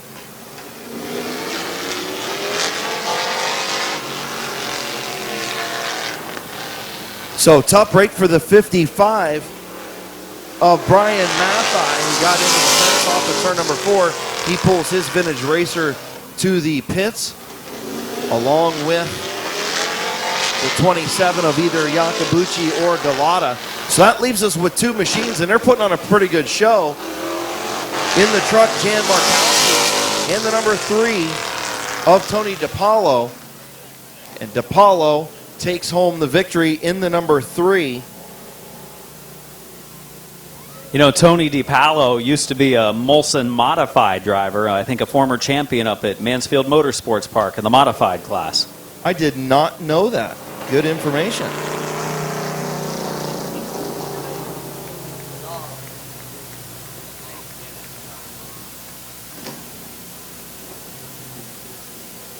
So pulling to the line, taking the checkered flag in the Parade of Stars late models. In the number 3 from Bedford, Ohio in the 81 Camaro. Put your hands together for Tony DiPaolo.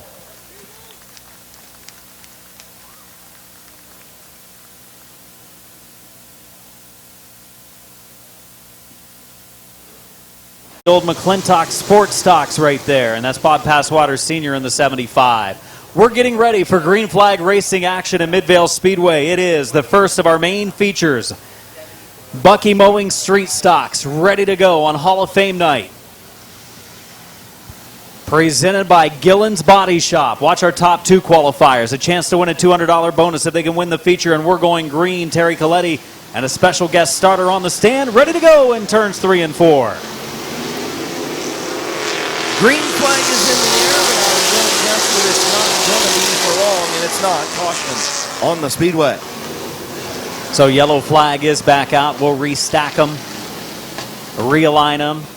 28 of Boyce again started early over in turn 3. They do a steady pace all the way through 3, all the way through 4 until they get to that white line in turn 4.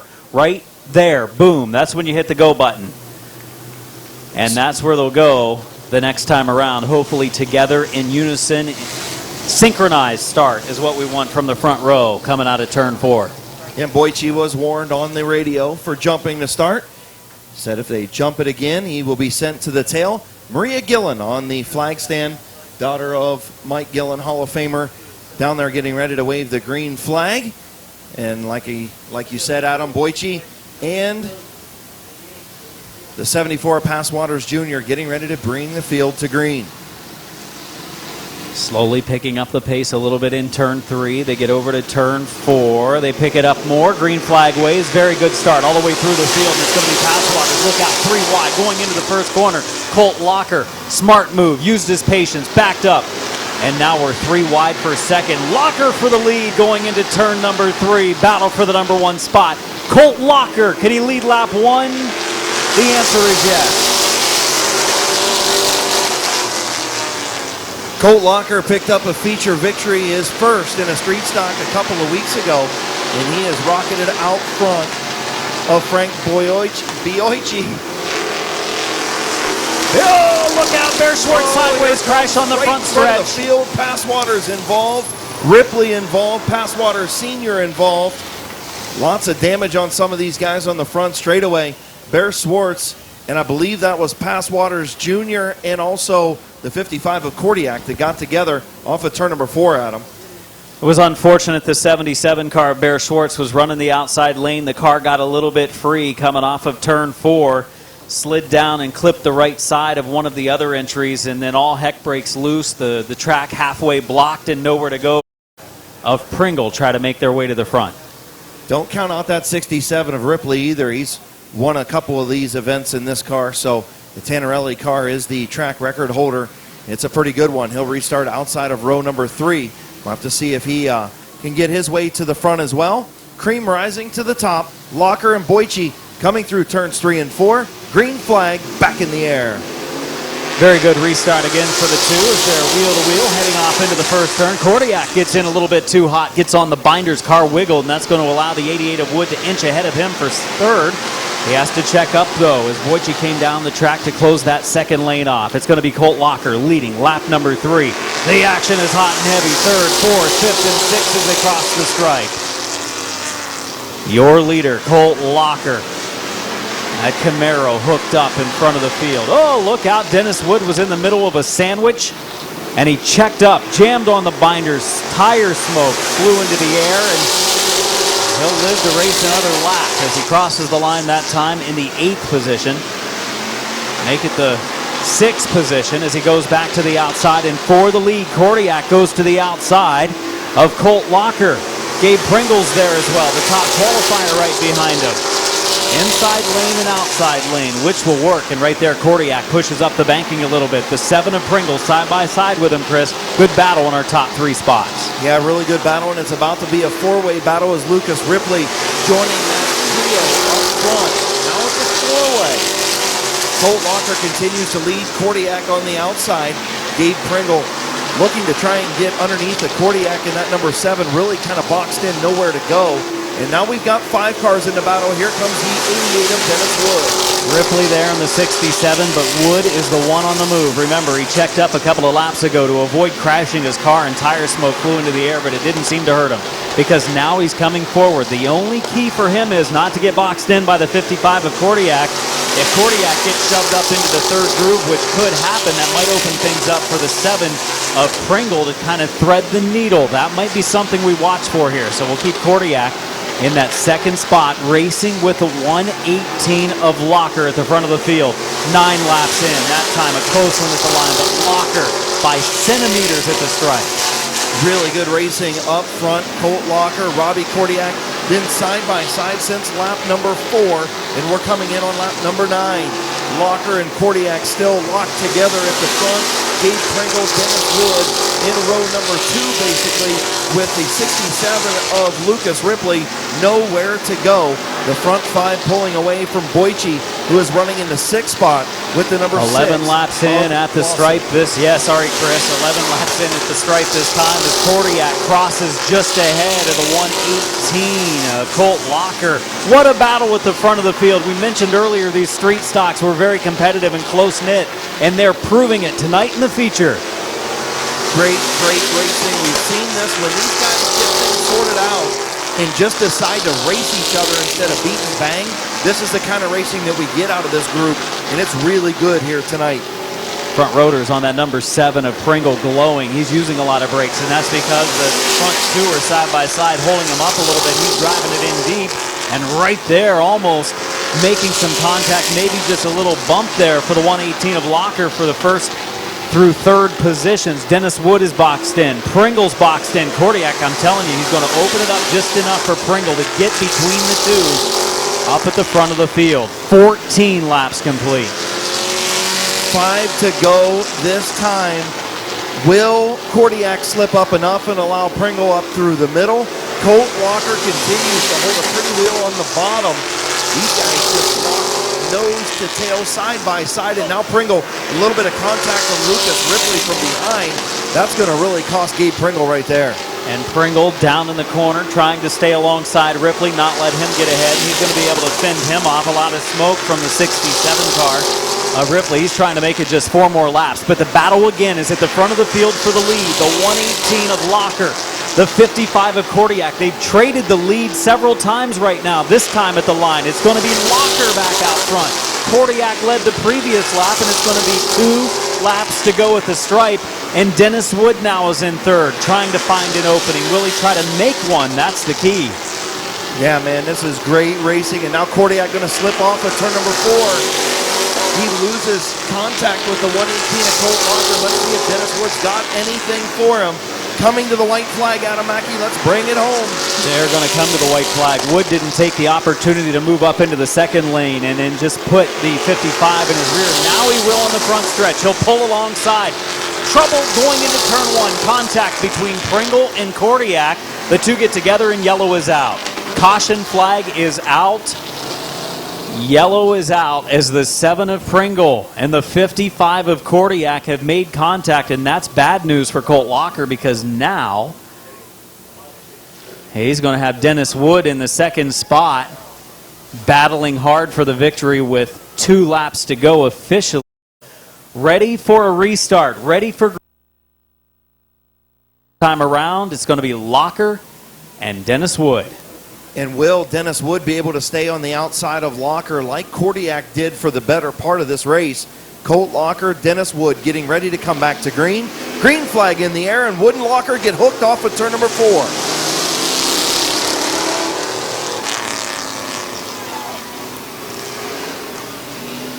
Caution flag is out. Yellow flag is out.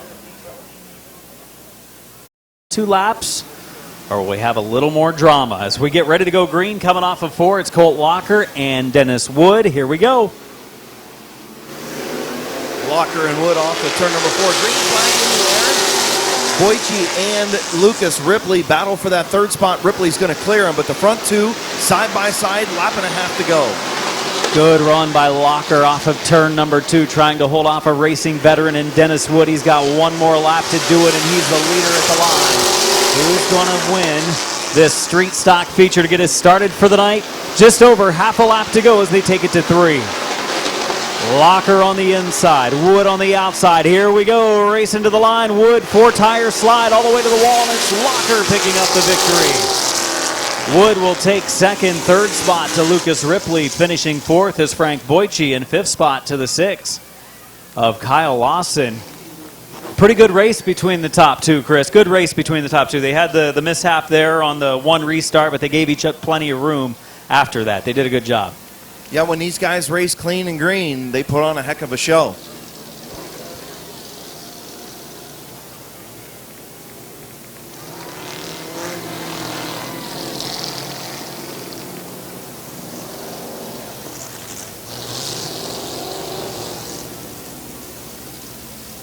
So Colt Locker will pick up his second street stock feature win of his career, second of the season. Where's my Gillen Body Shop people? Wes Gillen.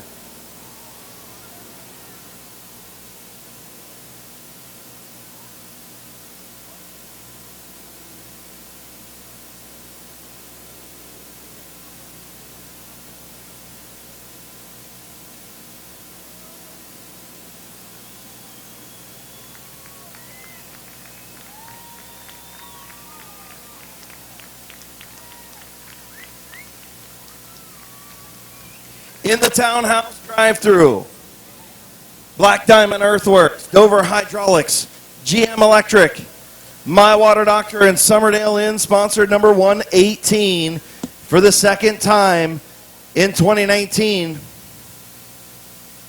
in Neck Tuning Victory Lane.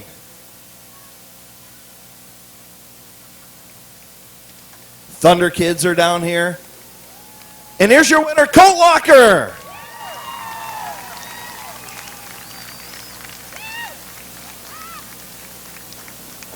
The Mullet Man in Victory Lane. So have we decided a nickname? Is it the Mullet Man? Is it the Mullet Militia? Is it Hair Boy? What is it? It's whatever you want. You're leaving it up to me? Yeah, you've called me 10 different things so far. So. Well, that's all right. At least it's good things. Yeah. Can't complain. I like it. So first of all, the great move going into turn number 1 into turn number 3 to take over the race lead from the 28 car. And then you had Kordiak on the outside of you, and you guys didn't touch it all but raced hard and side by side for the better part of that event. Yeah, I couldn't believe it. He was hanging, too. I think his tires just heated up and he started going back. But, man, I was hanging on. You had to earn that one. Yeah, thank you. Congratulations, buddy. Who you want to thank on this 118 tonight? I want to thank my water doctor, Black Diamond Earthworks, Dover Hydraulics, Townhouse Drive-Thru in Summerdale, GM Electric, Team BBD, and Summerdale Inn. And my drunken uncle. You have a drunken uncle? Is that what you mean? The business. Okay, gotcha. Congratulations, buddy. Thank you. Your winner, Colt Locker.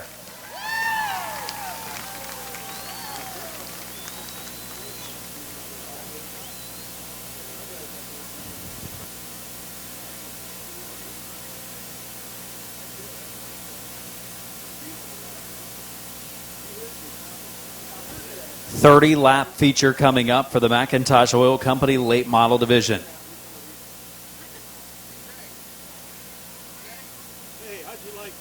They'll be pulling onto the track soon as post-race victory lane ceremonies come to an end. Of Weirton, West Virginia, driving the Molnar machine is Jonathan Ritter, formerly a driver of a number 28 late model for a number of years here at Midvale Speedway. 88 car starting third on the inside of row number 2 is Tony Uridiles out of Akron, Ohio, veteran driver. Pretty good in his heat race earlier tonight. The 0 of George Riddle. Next in our lineup, Riddle out of Canton, Ohio, fourth in our points. The Riddle construction car on the outside of row number 2. Inside of row number 3, the 701 of Ryan Tedesco.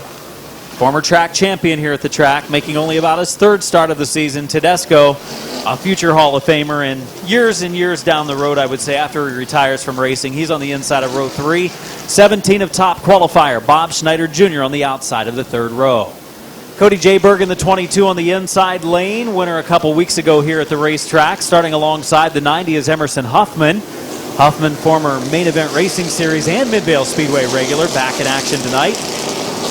The 69 car with the sponsor graphics on it is Bob the Animal Eichel. The one with more writing on the side of the car is the Animal. Bob Eichel finished fourth in the feature a couple weeks ago. Austin Town's John Sanquist Sr. in car 66 on the inside lane. Good to see John back out again tonight. The 07 of Mark Enos out of Uriksville on the inside lane. And rounding it out, Larry Ennis, the son of Bob the Animal Eichel, and one of the Animal Racing stable cars on the outside. And I believe that we have lost our pole setter, Adam, or the outside pole setter. The 48 of the Mountain State Missile, Jonathan Ritter, has pulled pit side. Interesting development, as now that will put Tony Urdiles on the outside of the front row. Tough break for Jonathan Ritter. So that crisscrosses the starting lineup for this one as we get ready to go. For one, Tony Urdiles. He's going to be tough to beat up there on the outside of the first row as we're set for green in 30 laps of racing. McIntosh Oil Company late models ready to go. Field coming to green. Grubbs and Urdiles off of turn number 4. Green flag in the air. Grubbs gets the jump. Urdiles needs to light up the tires a little bit. Now the caution going to come out. Complete restart as the 25 of Chris Grubbs jumping a little too eager. Several years ago, we moved the starting line down in turn 4 to where it is right now. It used to be back about where Chris Grubbs started there. Now it's not there anymore, so we started a little bit early. Urdiles wasn't starting at the same time, so they're going to try to get him on the same page when we go green the next time around for the 25 of Grubbs and the 88 of Urdiles. There's a handful of guys out there capable of winning this feature tonight. It's just a matter of which lane goes and who gets boxed in and who doesn't. Yeah, the 17 of Bob Snyder Jr. really been impressed with him this season. Really seems to have found the setup on that 17 car all season long. Been in contention for victories here at Midvale Speedway. And here we go again, 30 laps of green. Chris Grubbs, Tony Urdiles, bringing them in off of turn number 4. The white line is about where they're supposed to go, and it's going to be better this time. They hit the go button at the same time. They rocket into turn number 1 of this 30-lap feature side by side. It's going to be Urdiles in the outside lane. Ryan Tedesco looking to move up, and now we got a caution.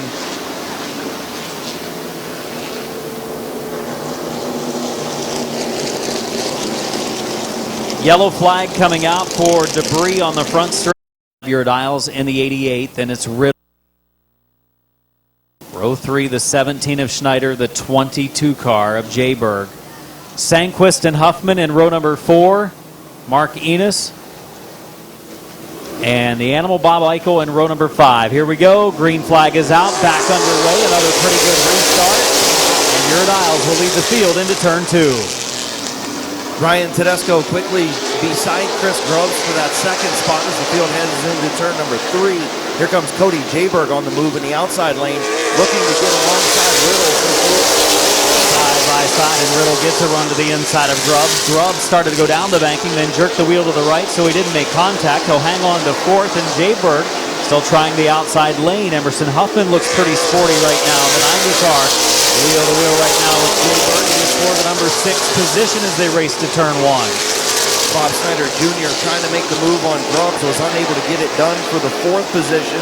That's going to allow the 22 of Jayberg to look at Sparkman coming from the front splitter. Yeah, Snyder running the bottom. I think his car may be fast enough, Chris, to go to the outside of Chris Grubbs. He's so far still looking to the bottom lane. We'll see if Schneider goes to the high lane. He will in turns 3 and 4. Going to try to make his move out there. A little tougher go of it for that crate motor number 17 of Schneider, but it is a good handling race car. See some sparks flying as the battle is from 4th on back, but the top 3 are also nose to tail. Yeah, the top 3 away from Chris Grubbs and caution on the speedway now. Sure, let's see where that caution is from, so we'll have to wait and see. Looks like it's going to be debris, Adam. Yeah, yellow flag for debris again. 5 laps into the books. 25 laps to go, and now the 3rd spot. Keep an eye on the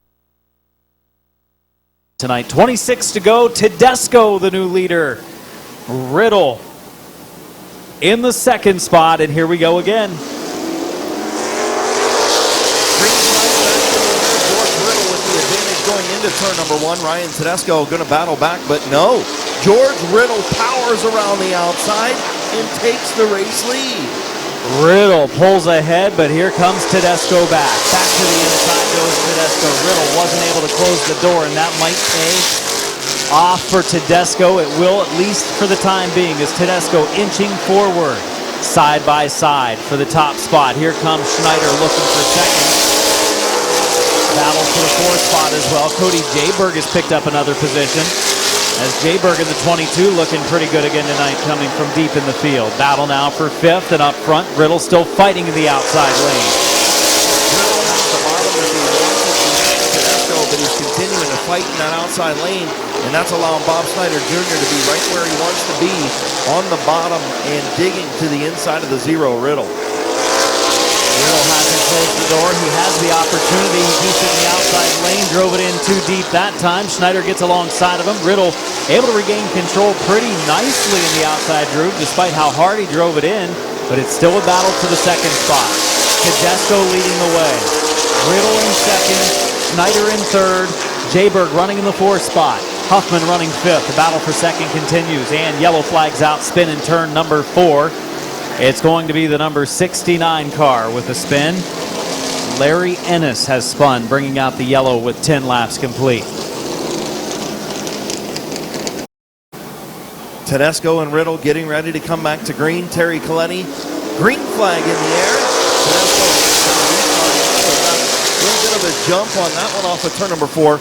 Riddle's going to battle back to the outside, and Riddle almost has him cleared into turn 3, decided not to close the door off of turn number 4. Tedesco battling back to the inside. Riddle still not trying to drop to the bottom. To get him right here, and he does clear him now. Does he close the door? Riddle's out front. He does not. He leaves the opening on the inside for Tedesco, and Tedesco gets a run coming off of 4. Now it's going to be in Tedesco's court. Riddle led the lap, but Tedesco takes the lead in turn number 2. Schneider's going to be right behind him, trying to follow him through and move into the second spot. Schneider's car handling extremely well. Starting back in row number 3 as our top qualifier tonight. As we're closing on halfway, we've got 13 in. Next time at the line will be 13 laps complete. Riddle continues to fight hard in the second groove with Tedesco on the inside. Maybe that car's just set up for the outside lane. That's where he wants to ride it. And he's making it work right now, just not able to get all the way back alongside the 701 and Tedesco, but he's still there. Riddle's car is, for one thing, fast in that outside lane. Not sure that I would have kept it out there as long as he has, but you know what? He's still making a go of it in front of the field and is making a good race out of it. Tedesco coming to lead halfway. 15 in, 15 to go. Riddle's car sideways. Tires starting to get a little heat in him now. Schneider fighting to the inside, and Tedesco, his biggest lead of the race. 3 car lengths heading to 3. Emerson Hoffman starting to run up on the back deck rim of that 17 Schneider Jr. and Schneider looks underneath the zero of George Riddle for second. Good racing in the late model division tonight. It's side by side for the second spot. Schneider pulling alongside, inching forward now, and he'll take second away from Riddle. How about Emerson Huffman? I said keep your eye on that 90 tonight. It looks pretty sporty early laps, and now Huffman is in the battle as well. He's up to 4th. Hoffman has Cody Jayberg trailing him in the 5th position. Then it's several car lengths back to the 07 of Marquis, the 66 of Sandquist, and the 25 of Grubbs. Good clean racing right now. We're going to have 11 laps to go. 19 complete this time at the line, and they almost accordioned a little bit in 3 and 4 that time. Bumper to bumper to bumper. Tedesco really parking the car in the middle of the corner to make sure and protect that inside groove, not come off the bottom to open things up for the very good handling car of Schneider. And I think they've made some contact. You see the right rear quarter panel on Tedesco, I think, when Riddle was on the outside, made some contact a little while ago. Hoffman slipped up just a little bit. That's going to bring Cody Jayberg back up onto his rear deck lid once again. 5 cars, pretty much nose to tail out front. Here at Mid-Vid Speedway with less than 10 to go. Another update deeper in the field. John Sandquist on the last lap made a move on Marquinhos to move up into the 6th position, but up front 5 cars, and Emerson Huffman somehow saved it. Jayberg gets to the outside. Huffman's going to be able to hold him off, but he almost looped it coming off the 4. That makes it a 3-car battle up front. And I think Riddle's thinking about making another run to the outside here momentarily. 7 to go. Yeah, maybe he got those tires cooled off just enough, but he wants to take an outside look. But Bob Snyder Jr. in that crate engine, hanging all over the back of the 701 at Tedesco. Nose to tail, nose to tail. That's what we've got right now at the front of the pack with our top 3 cars. Tedesco, Schneider, Riddle. Going to be 5 to go this time. 5 laps remaining. It gets awful tight in the middle of the corners when those 3 cars go nose to tail, but so far no major contact ensued between them. Of course, Schneider doesn't want to spin the 701 of Tedesco and have to go to the rear, so he's trying to be patient, but then again, he wants to win and he gets contact from Riddle. Contact from Riddle with the 17 of Schneider with as close as they were running, middle of the turns. You knew it was coming, Chris, and right there is Tedesco leading the way. The 17 of Schneider running second, had to check up to make sure not to get in the back of Tedesco, and right there the 0 of Riddle just didn't quite check up in time. 5 laps to go. Can Tedesco hold on? Can Schneider take the win from the outside lane? 25 complete of this 30-lap feature for the McIntosh Oil Company. Late models were underway. It's a good restart. Turn 2 is going to be the key. Can Schneider stay out there, and can he get a run? Not like Riddle was getting, but it's a decent run. Side by side, they head to turn 3. Bob Snyder Jr. inching out in front. Ryan Tedesco. Into turn number 1. A little bit of smarts coming from underneath the 17 of Snyder. Tedesco noses back out front. Side by side in turn 3. Oh, good run, middle of the corner for Schneider that time. At the line, oh, Schneider sideways. He's going to have the second position that time. It was 3 to go. Tedesco pulls back out front. Schneider gets in line. Jayberg off the pace. Something breaking on the 22 car. 2 laps to go. Through the infield goes the 25 car of Grubbs, and that's going to bring out a yellow. Caution flag is out for the 25 car of Grubbs, which is spun to the infield. Also problems for Jayberg's 22. Hasn't been able to get it in many years on a part-time basis here at Midvale Speedway. Getting ready to come back to green, Adam. Tedesco and Schneider come to turn 4. Good restart. Side by side they are. Wheel to wheel at the line. They go down into the corner. It'll be 2 laps to go this time at the stripe. Tedesco and Schneider into turn 3. Middle of the corner is where Schneider's a little bit better than Tedesco, but this time Ryan holds him off. 2 laps to go. Contact. Look out. This could be bad if he slides across the track. Up and not that bad, fortunately, but it was contact between the 90 of Huffman, the 17 of Schneider. The 17 of Schneider tried to get to the bottom lane in the middle of the straightaway, and Huffman nowhere to go on the front straightaway, as Schneider was going to try to protect for that second spot. Nowhere to go for the 90 of Huffman as the 2 made contact, and there you go. Some great battles in our top 3 positions. Great looking race car by him as well. Good looking field of cars. Dwindled down a little bit. Attrition been a problem, but 2 laps to go. We'll have to see if Huffman has anything for Tedesco. 90 of Huffman, 701 of Tedesco, side by side, working to turn 4. Green is out. We're underway. Good restart for the top 2. They head into the corner. Slight tire rub on the right front of Huffman. Tedesco's going to go back into the lead. Huffman's going to still fight to the outside lane. Coming to the white flag, 1 to go for Ryan Tedesco. Emerson Huffman still trying to battle. He loses contact with Tedesco. Heavy tire rub on the 90 of Huffman. Tedesco, your race leader. I think it made the car tight in the corners on Huffman. He's still going to bring home a second place run, but it's going to be New Philadelphia's Ryan Tedesco picking up the victory. Huffman brings home second. Schneider rallies to get back up to third. 4th place to the 07 of Mark Enos, another top 5 for that team. Finishing in the 5th spot is John Sanquist. 6th place, Chris Grubbs. And Jayberg fell out and ended up finishing in the 7th spot.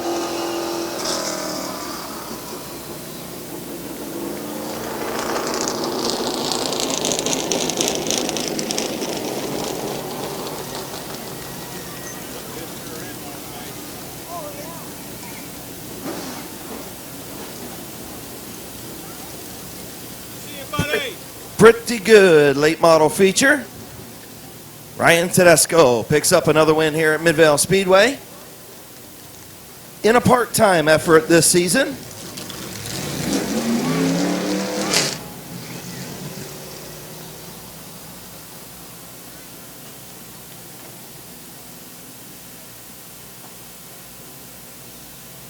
Tedesco had to hold off Bob Jr.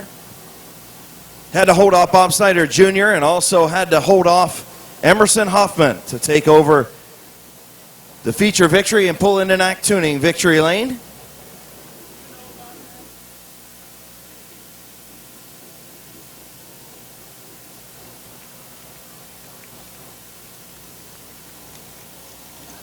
In the Walnut Creek Glass, Sugar Valley Meats, Van Meters Auto Repair, Macintosh Oil Company, DLP Commercial Maintenance, Boulevard Lanes, Lee's Famous Recipe, Tedesco Racing Graphics, and South Philly Pizza, sponsored number 701. Okay, buddy, thanks for coming. And if your dad brings you back, come up anytime, all right? Okay? All right, that's fine. Thank you. Okay.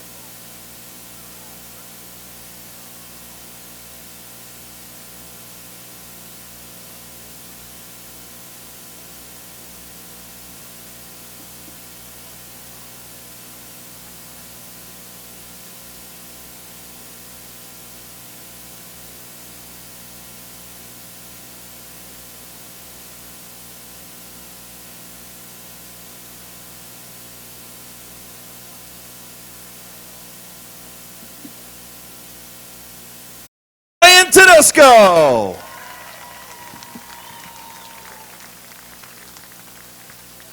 Come on over here, man.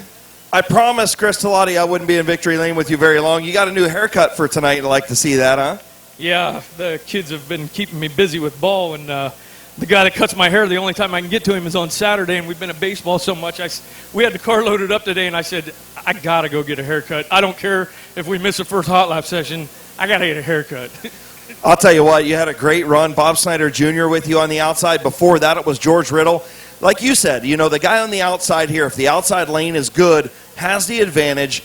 You did a great job on the inside, and Riddle chose not to drop to the bottom in front of you. And, man, this thing just battled back once you got your momentum up, was good on the bottom. Yeah, I don't know if it was a matter of me getting a little bit better or if he faded a little bit, but, yeah, the outside lane is by far the preferred lane. There's so much more grip. The bottom's so bumpy and washy that being the leader on the bottom, you're at the disadvantage on the grip, and it's hard to hold these guys off. I think I worked harder at that one with all the challenges of the guys I had to try to hold off than if I would have started at the rear and come up through the field. Well, it's good to have you back here on Hall of Fame night anyway. And back in victory lane, man, who you want to thank tonight? Man, I got to thank a pile of sponsors: Sugar Valley Meats, RV Parts Express, Boulevard Cleaners, Boulevard Lanes, South Philly Pizza, Walnut Creek Glass, DLP Commercial Maintenance, Macintosh Oil, Van Meters Auto Repair. I haven't been here a lot, and, you know, I appreciate them backing me, but, you know, the kids have had a lot of activities here lately and a lot on my plate, so, you know, I just haven't been here as much as I wanted to be. Family first, brother. We always say that. And you're here almost as much as Adam Mackey's been here this year. Yeah, that's true. Hey, I want to say congratulations to all the people that got inducted tonight. That's awesome, and thanks to all the fans for hanging out, man. All right, congratulations, buddy. Thank you. Your winner, Flying Ryan Tedesco.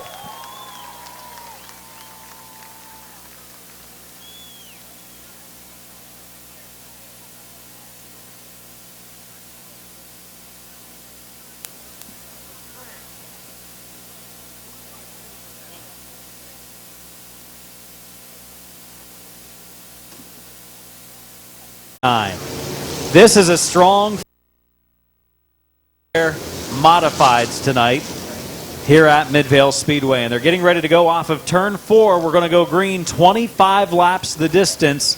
It's Grubbs in the 24 on the pole, Page in the 67 outside. Grubbs, a lot of experience here at Midvale Speedway, whether it be a street stock or a sports stock, or here in this modified. Bob Page comes from dirt racing. Not a lot of experience. We'll see what they have coming off turn number 4. Green flag, Grubbs and Page. And the first turn. It's going to be Grubbs into the lead, clean through the middle half of the field. Not too bad towards the second half of the field either. Battle for second. Sibla sticks it in there for the number 2 spot on the inside. Sibla moves up to second. Page back to third. Stone in a battle right now with Lewis McGrath for the 4th spot. Mike Stone in the 4th spot. Good battle, like you said, Adam. Lewis McGrath, the youngster, only a couple races under his belt with Kevin McClintock to the inside. Kevin McClintock, driver to watch. He's into the top 5 now and continues his move forward. Thinking about 3 wide was Philip Cox. He didn't stick it in there, and he gets back in line at that outside groove. Watching 4th on back, nose to tail. McClintock has caught Stone. Kevin McClintock looking to make the move, looking outside, looking inside, all over the back of the 331 of Mike Stone. McClintock trying to look inside down the front straightaway. Stone going to close the door in 1. Stone starting to run down the top 3, and then we'll have the whole field basically together again as they're all nose to tail. What a competitive field of modifieds as we have our leader, Grubbs out front, Rick Sibla in second, 3rd spot, Bob Page in the 67, Michael Stone and Kevin McClintock. McClintock got to the inside and then he clipped him just barely. He had the opening and he misjudged it just slightly and clipped him just enough to cost him what is going to be another spot as Ripley gets to the inside. Lucas Ripley, the big dog, to the inside of Kevin McClintock for the 5th spot. Ripley trying to get up front and take home that $200 bonus from Gillen's Body Shop. McClintock will try to find a spot to get down. He does going into the corner. Bailey gives him some room. 2nd and 3rd nose to tail. Leading is Nick Grubbs, former sports stock competitor, former late model competitor, and he's having a good run in his modified tonight. Yeah, you check it out, guys. He's up to about a 5-6 car length lead over Rick Sibla. Sibla, a couple times feature winner this season. Bob Page tucks in the 3rd spot. Those two separated themselves by a car length or so over Mike Stone. Bob Page is ready to make a move on Rick Sibla right now. Page impressed with him. This is the first time I've got to see Bob Page race on asphalt after racing dirt for a number of years. And Page is right there all over the 0-2 of Rick Sibla for second. Sibla, a very good asphalt racer, veteran over the years. Father Bob Sibla, Hall of Famer at Midvale Speedway, is 2nd and 3rd, continue nose to tail. Page a look to the inside again. Page wasn't quite there. Lucas Ripley all over the back of Mike Stone. Stone slips up off of turn number 4, almost got into the fence, but he chopped down and looks like we've got a contact down in turn number 4, and they're calling for a caution, and we finally get it. Jerry DeVore slow in turn 4. First yellow of the race coming out with 11 laps in is the 66 of Lewis McGrath. And we're ready for green. Lights are out. Terry Coletti's got the green in hand, waiting for the field to reach turn number 4. Field is in turn number 4. Green flag back in the air. Nick Grubbs slides up just a little bit. Sibla, not a good restart. Grubbs has the advantage through turns 1 and 2 off of turn number 2. Nick Grubbs back to the race lead. There's the 67 of Page on the inside for the 2nd spot. It's going to be the inside lane moving forward. Sibla's caught in the outside groove right now, trying to fend off challenges from a line of race cars that can freight train him if things don't go well. Sibla, though, picked it up a little bit, picked it up a notch as he battles with Page for 2nd.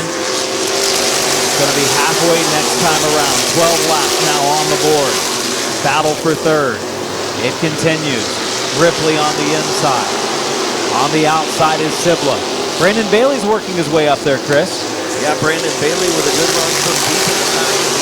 Lucas Ripley will take over the 3rd spot from the 0-2 of Mike Bauer. Well, I was going to say the Bauer's racing machine of Rick Sibla. Now we'll see if Ripley can get by Bob Page in the 67. Yeah, the Ripley cars are on the move. Lucas a little bit quicker than Todd. Beautiful race cars. Todd, I really like that 0-0, and he's now moved into the top 5. Sibla's back to 6. McClintock's going to take that spot away. Rick Sibla now has Philip Cox driving it in deep down in turn 3 and 4. Oh, Michael Stone sideways, but saves it coming off of turn number 4. I don't know how. Thought for sure he was going to slide down into the infield. And Sibla can now get in line. Rick Sibla is going to find himself right now in 7th or 8th. It's 8th.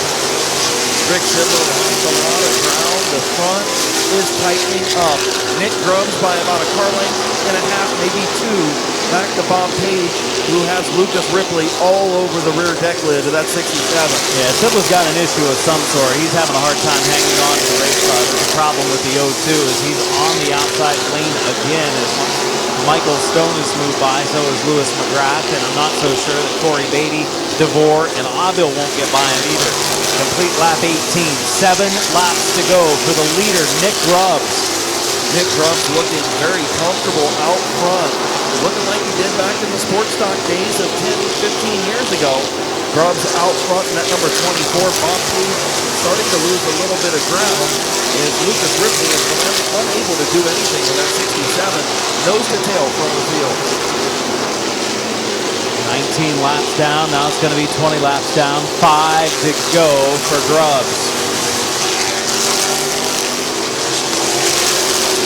Side by side deep in the field. We see DeVore, close call with Beatty in turn 1 and 2. They continued on. They're following Sybil in the 02, yet to make a move. Beatty's going to try to make it outside through pass. Going to be tough to do on that 02.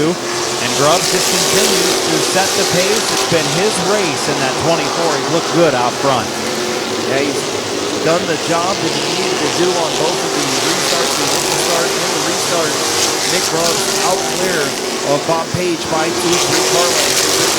That race lead for the better part of the last 5 or 6 laps. 2 laps to go, 23 complete for Grubbs, Page, Ripley, Bailey, and Ripley. Grubbs has it under control, but still 1 more lap to go. Grubbs leads the way into turns 1 and 2 looking for the modified victory. Middle of the backstretch, heading off into the 3rd turn. The Valley View logging, number 24, off of turn number 4 to the double checkers. Grubbs picks up the victory. Nick Grubbs will find himself in NAC Tuning victory lane for his first modified win. 2nd spot goes to Bob Page, 3rd to Lucas Ripley, 4th to Brandon Bailey, 5th spot to Todd Ripley, 6th Kevin McClintock, 7th Phil Cox, 8th was Michael Stone, 9th Lewis McGrath, and 10th was Rick Sibla. Corey Beatty finishing in 11th, Bill Abil finishing in the 12th spot. Those are 1 position off as one of the transponders not working properly. That was on the 4 of Jerry DeVore. So get him up into where he needs to be as Grubbs finds victory lane in this 24 car.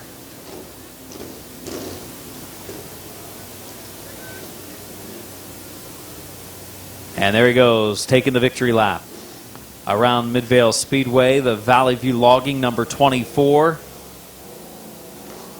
of Canton, Ohio driver Nick Grubbs picking up the win. Still have 3 features remaining tonight, race fans. The mini trucks and the compact races still to go. To those of you walking out, leaving a little early tonight, thanks for coming out to Midvale Speedway tonight.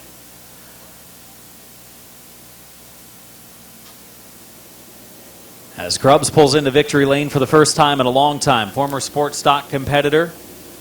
Very competitive in the sports stock division several years ago, has raced late models as well, and now has a very fast modified.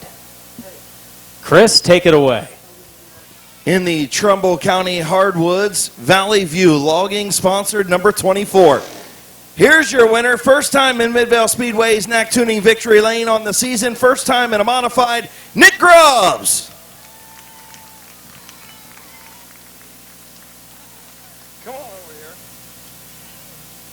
Man, I'll tell you what, you guys have been getting this thing better and better each and every week, and this thing was hooked tonight. Yeah, I just want to thank my dad. He works on my car all week, every night, and he got it going fast tonight. So just want to thank my dad and everybody else that's helped me along the way, and just thank the track for letting us do our thing here. So I'll tell you what, this has got to feel good. It's been a while since I know you won in the Dwarf here last year, and that kind of fueled your fire to come back to Midvale Speedway. And you guys started out with the late model and then got this modified. And You had your ups and downs with it over the last year and a half or so, but man, this thing was really good tonight. Does it feel like getting back to the old sports stock days and man, I'm up front and leading at Midvale? Yeah, I was actually starting to worry a little bit. Maybe we picked the wrong class. Well, I didn't know what the heck was going on. Just not used to it, but things are starting to come around and we're starting to get it. So just want to, like I said, thank my dad. He works on my car every night. I can't even tell you.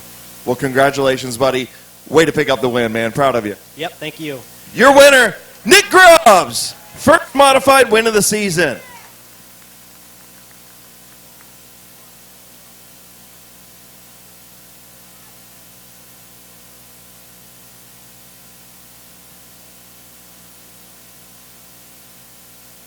Midvale Speedway Thunder Kids getting in there. Wes Gillen from Gillen's Body Shop going to get in there in 1 second as soon as the Thunder Kids get their picture taken with a chance to take home that $200 deductible bonus from Gillen's Body. And Scott Lindell going to have something to say about that. Barney Gerber as well. Those are your front three trucks with McLean on the outside getting ready to go green. Terry Coletti with green flag in hand. And away we go. It's going to be Lindell, the leader in turn 1 and 2. Point leader as well. He's out in front of the field in that beautiful number 19 truck. The 4 of Scott running in second, side by side in third and fourth. Gerber running in the third spot. Eddie McLean goes to the outside of Barney Gerber. Gerber trying to stay on that bottom lane. McLean trying to make the top work. They're side by side in turn 3. Oh, to regroup, he'll cross the line in the third slot that time, just inching forward on the 2 of Gerber. Meanwhile, behind that good second place battle, Scott Lindell checking out in that number 19. Oh, trouble. They got connected a little bit. The 4 goes around. Scott goes around. McLean takes the second spot. Looked like the 4 whipped around. They were wheel to wheel, side by side going through 3 and 4, and the 4 of Scott spins around violently as the 4 looped at 3, make it 2 laps in the books. 2 of Gerber, the 95 of Varnes in the second row, the 4 of Scott restarting 5th. Here they come.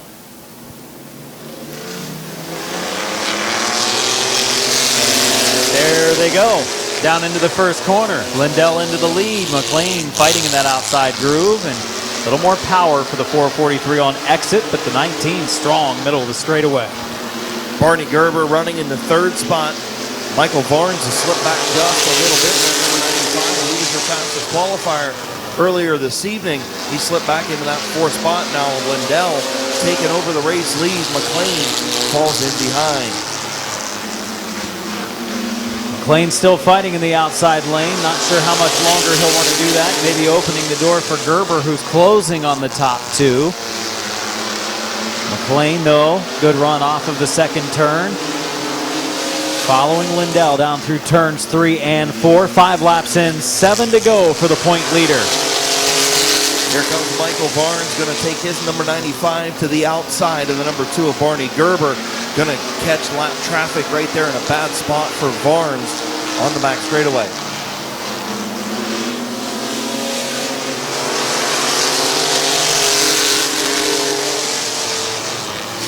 Coming up on the slower traffic, the 57 of Brink moving out of the way. The lead 5 cars go by. Good battle for third between Gerber and Varnes, the top qualifier. Varnes at the line that time, moving up into the third spot. Moved Gerber back to 4th, but they're still working hard for that number 3 spot. Final position on the podium, and up front again, McLean set for another challenge of the lead. He's been all over the back of that number 19, looking high, looking low, trying to get a good run coming off the corner, whether it's on the bottom or the top side, just unable to do it. That 19 of Lindell, pretty good out front. Nose to tail they are now. Before McLean goes back outside, taking the wider exit all the way up to the out straightaway wall. Lindell leading and coming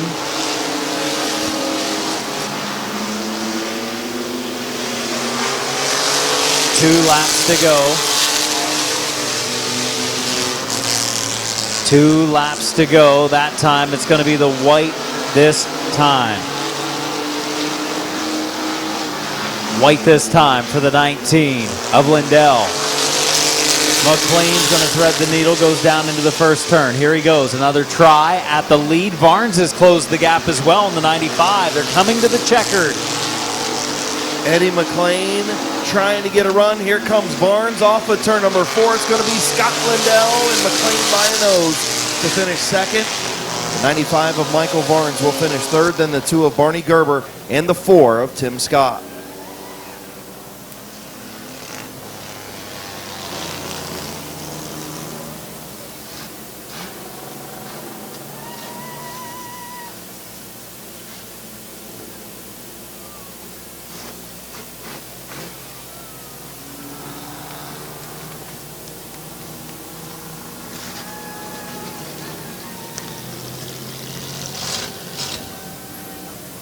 Pulling into victory lane, the First Motor Sales, M&G Automotive, TNT Auto Sales, RC Lawn Care, and Ohio PC Solutions, number 19 from Kim Bolton, Ohio.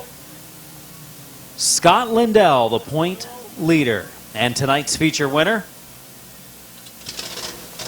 of our Snap-on Tools by Doug Poole Mini Truck Division tonight.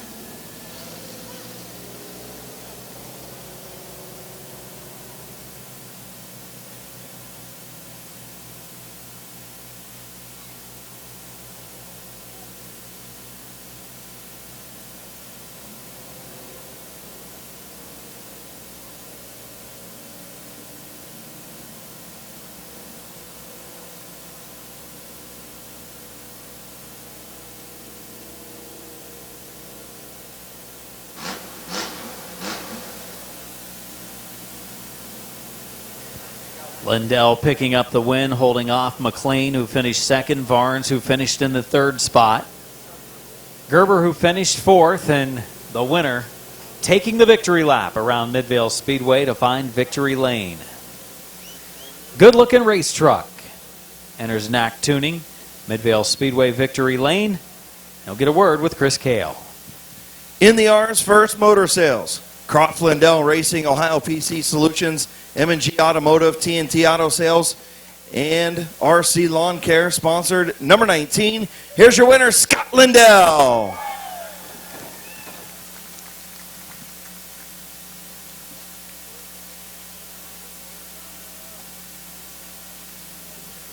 Well, you had your issues in qualifying.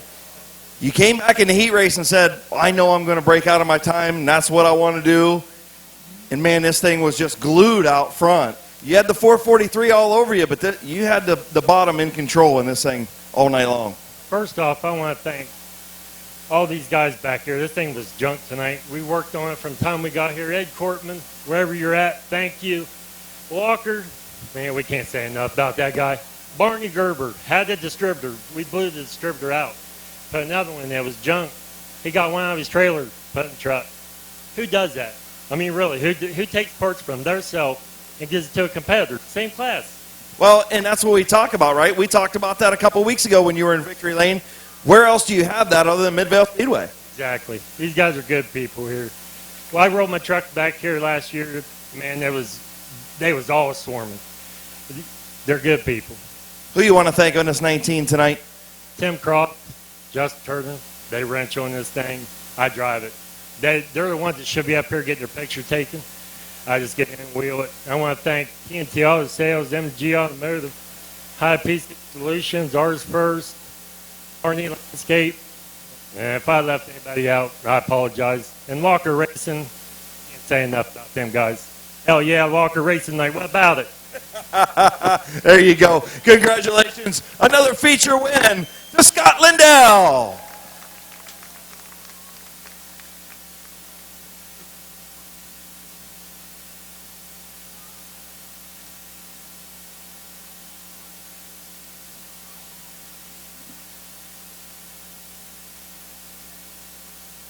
Win at Midvale Speedway a couple of weeks ago.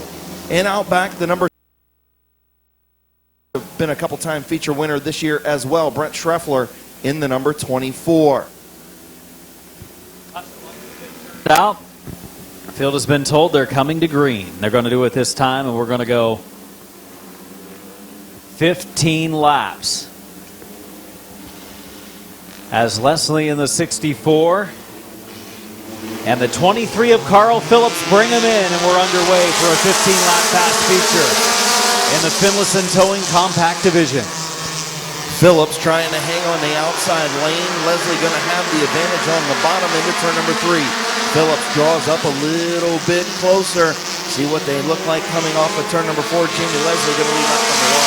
Leslie by inches at 23's got a lot of power. Carl Phillips racing the outside lane. Leslie on the inside. They're pulling away from Finlayson. They've got Renneker back there. They've got the 69 of Bucky, a heat race winner earlier tonight. He's fighting on the inside lane.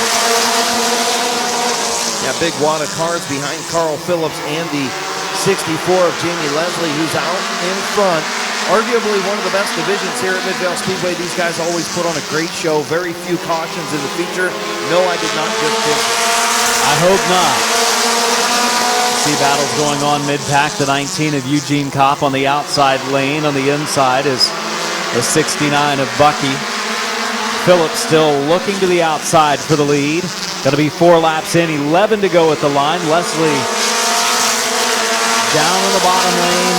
Phillips using that high groove, and Phillips makes a heck of a run through turns 1 and 2. Look at him go now, and we might have a new leader this time.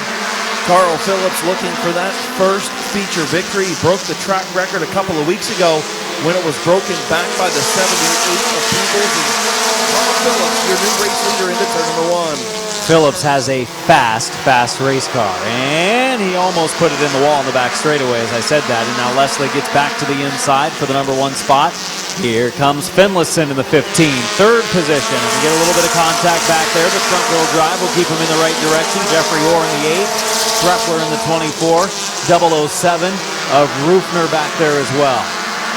Leading the way is Phillips. Going to be 7 laps in this time with 8 to go. Phillips leading across the line. Jamie Leslie under fire now from Kyle Finlayson in the 15. Finlayson looking for his first win of the year. He's been very quiet as the number 15, several-time runner-up in this division in the points.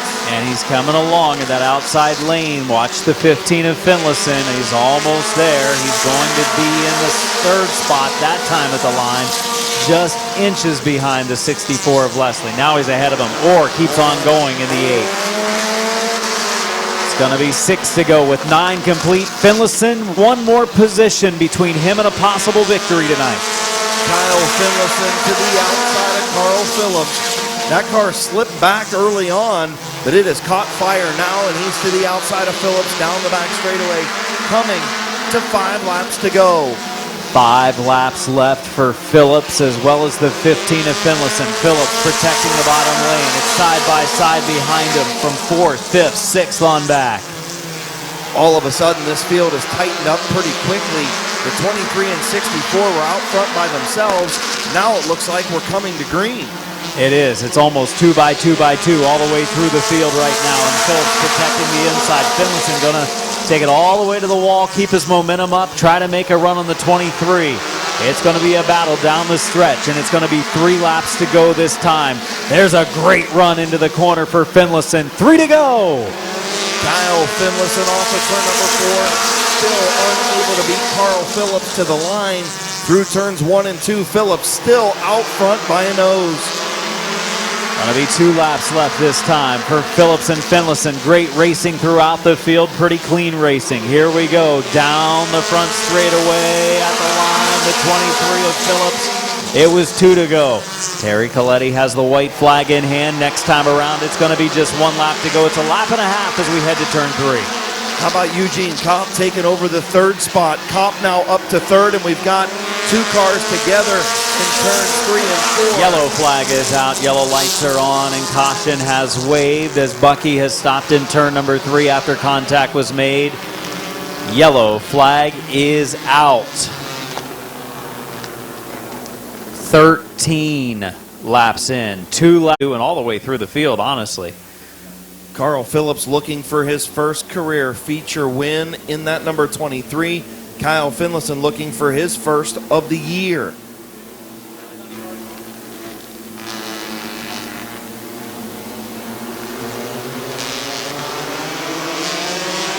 Green flag is back out. Phillips, the pull apart, number 23, a good restart, takes the lead into 1 and 2. Look out.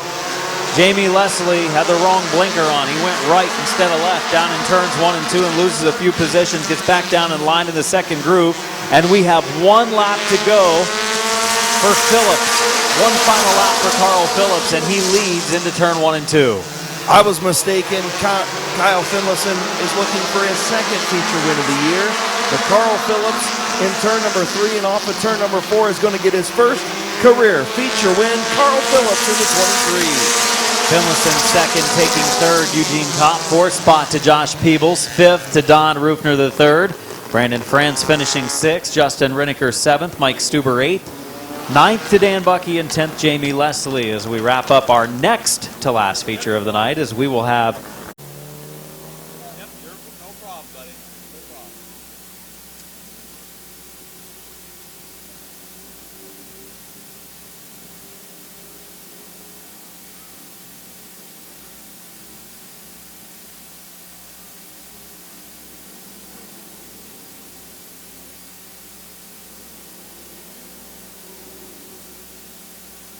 So one more feature to go. Carl Phillips going to make his first visit into NAC Tuning Victory Lane in the pull apart, sponsored number 23.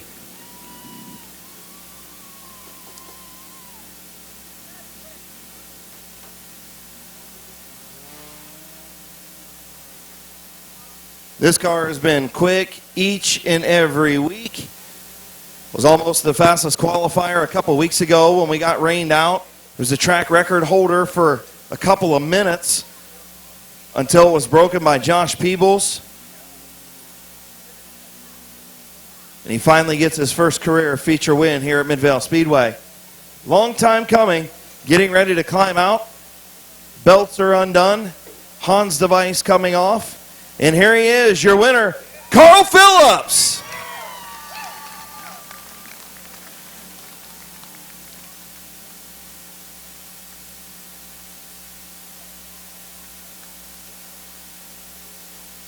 Come on over here, man. This has been a long time coming for you. Like I said, I told everybody, you almost was the fastest qualifier a couple weeks ago, then we got rained out.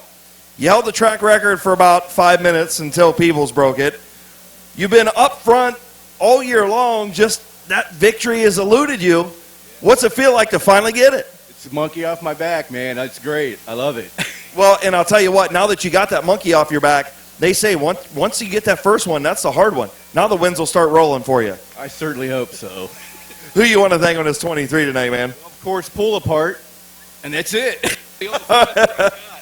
And Kyle Finlayson, you guys raced really hard up front, man. That was a good, fun race to watch. Yeah, I like racing with him. He's a good, clean racer, one of the best. Yeah. Well, congratulations, buddy. Welcome to NAC Tuning Victory Lane for the first time. Thank you very much. Carl Phillips, your winner for the first time at Midvale Speedway.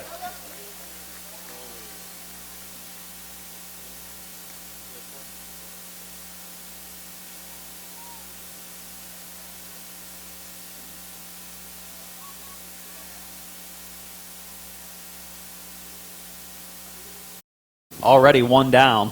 Battery went dead from the lights on the front. Number 4, here we go. Underway for the final race of the night. Paul McLean getting ready to make a move there in that number 443.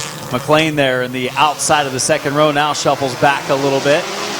And out front, it is Derek Robinson leading the field to turn 3. Yeah, the go-kart driver turned compact racer. The youngster, Derek Robinson, your race leader in the 15. Another youngster, Curtis Finlayson, running in second. Alan Clark, not a youngster, but he's been racing these compacts the last several years, doing a nice job in the 3rd position. Cook running in the 4th spot. We're going to have a battle for the lead shortly. The 53 of Curtis Finlayson goes to the outside. Alan Clark runs the inside lane. Side by side for the 2nd spot. Clark making a move on the 53 of Finlayson. Old Alan Clark ready to go into that second spot and set his sights on the leader. And he's going to go 3 wide into the corner. Gets pretty tight down there. He had to check up a little bit and let him single back out to at least double wide. Not triple wide, going through 1 and 2, and still leading the way is Robinson on the inside lane. Finlayson in second. Here comes Toby Cook. A little bit of contact with Clark. Clark probably didn't like that too much. He's fallen back to fourth. He'll have to regroup, but he has another challenger to the inside back for fourth. That's McLean. Curtis Finlayson still to the outside of Derek Robinson in the 15. It's a 5-way battle for the second compact feature. Curtis Finlayson looking for the race lead in turn 1. Side by side in the best run so far that Finlayson's had in the 53. Cook, that 41 car looks pretty strong as well in third. Thought about a move to the inside lane. Could be a 3 wide coming up. 6 in, 9 to go in this 15-lap feature. Toby Cook now looking to the bottom of Curtis Finlayson. Is he going to try and take it 3 wide into turn 3? He backs out of it. He's got plenty of laps yet here. 7 in, 8 to go. He can be patient right now. That opening may come back. And if the opening's a little bit bigger, he'll drive it in. Or if it's the same opening with only a couple laps to go, he'll probably drive it in there. But Cook, his car is fast. At 41, looking to make it 3 wide. He's going to talk about threading the needle now at halfway. 8 in, 7 to go. He just made his own lane there as he kind of hip checked the 53 up the racetrack just a little bit. Now Toby Cook to the outside of the 15 of Robinson for the race lead. Don't look now, but Alan Clark is setting himself up to be a challenger again for the feature victory. Third place right now, Cook at the line. Second, Robinson just ahead of him by inches at the stripe that time. 0 of Clark looking for the opening. Going to be 5 laps remaining, 5 laps to go at the line. This time it's Cook ahead. Cook has taken the lead. Toby Cook and Derek Robinson swapping the race lead. Toby Cook has quite a few second feature victories.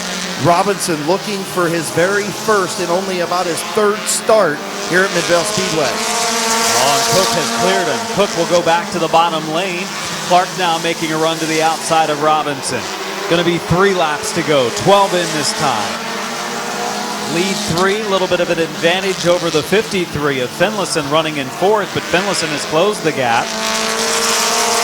3 to go that time for Cook. I was almost blinded that last time by the bright lights at the front of that number 44. Man, those become very apparent as the night falls. Blinded by the lights.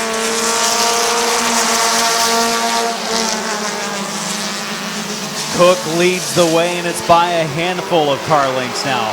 Now up to about 10 car lengths. Pulling away is Toby Cook in the 41. White flag waving this time. 1 more lap to go for Cook, Robinson, Clark, and the 53 of Finlayson.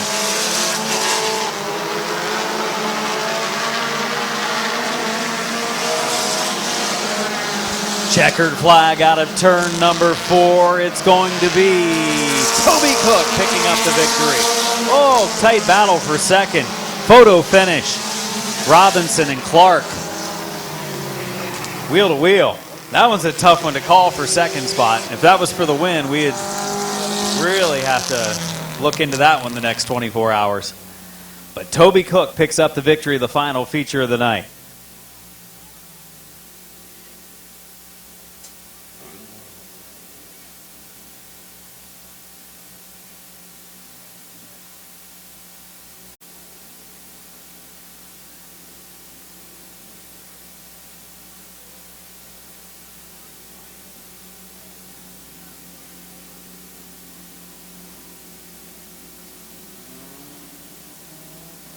In the Ohio and Cooling, east of Chicago Pizza, Canton Auto Salvage, sponsor number 41. He's won quite a few of these second features. Here's your winner, Toby Cook.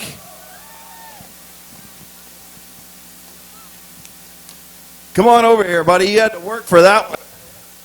Man, you rocketed this thing up. Took you a little bit to get there, though, didn't it? Yeah, I did. I was trying for the fast feature. I missed by one car. I think it was 100th of a second. So, but I started in the back, and I'm happy. Well, you'll be in that fast feature next week. I will. Yes, I will. Who you want to thank on this 41 tonight? All my sponsors. Pizza Chicago, Canton Auto Salvage, Finish Line Motors, Ohio Pooling, and Wilhelm's Pest Removal. And your posse up there on in the upper grandstands, huh? Yes, yes. And I also want to thank Britt Van Meter. He's been helping me a lot, so Congratulations, buddy, on another win. Great job. thank you. Your winner, Toby Cook, here at Midvale.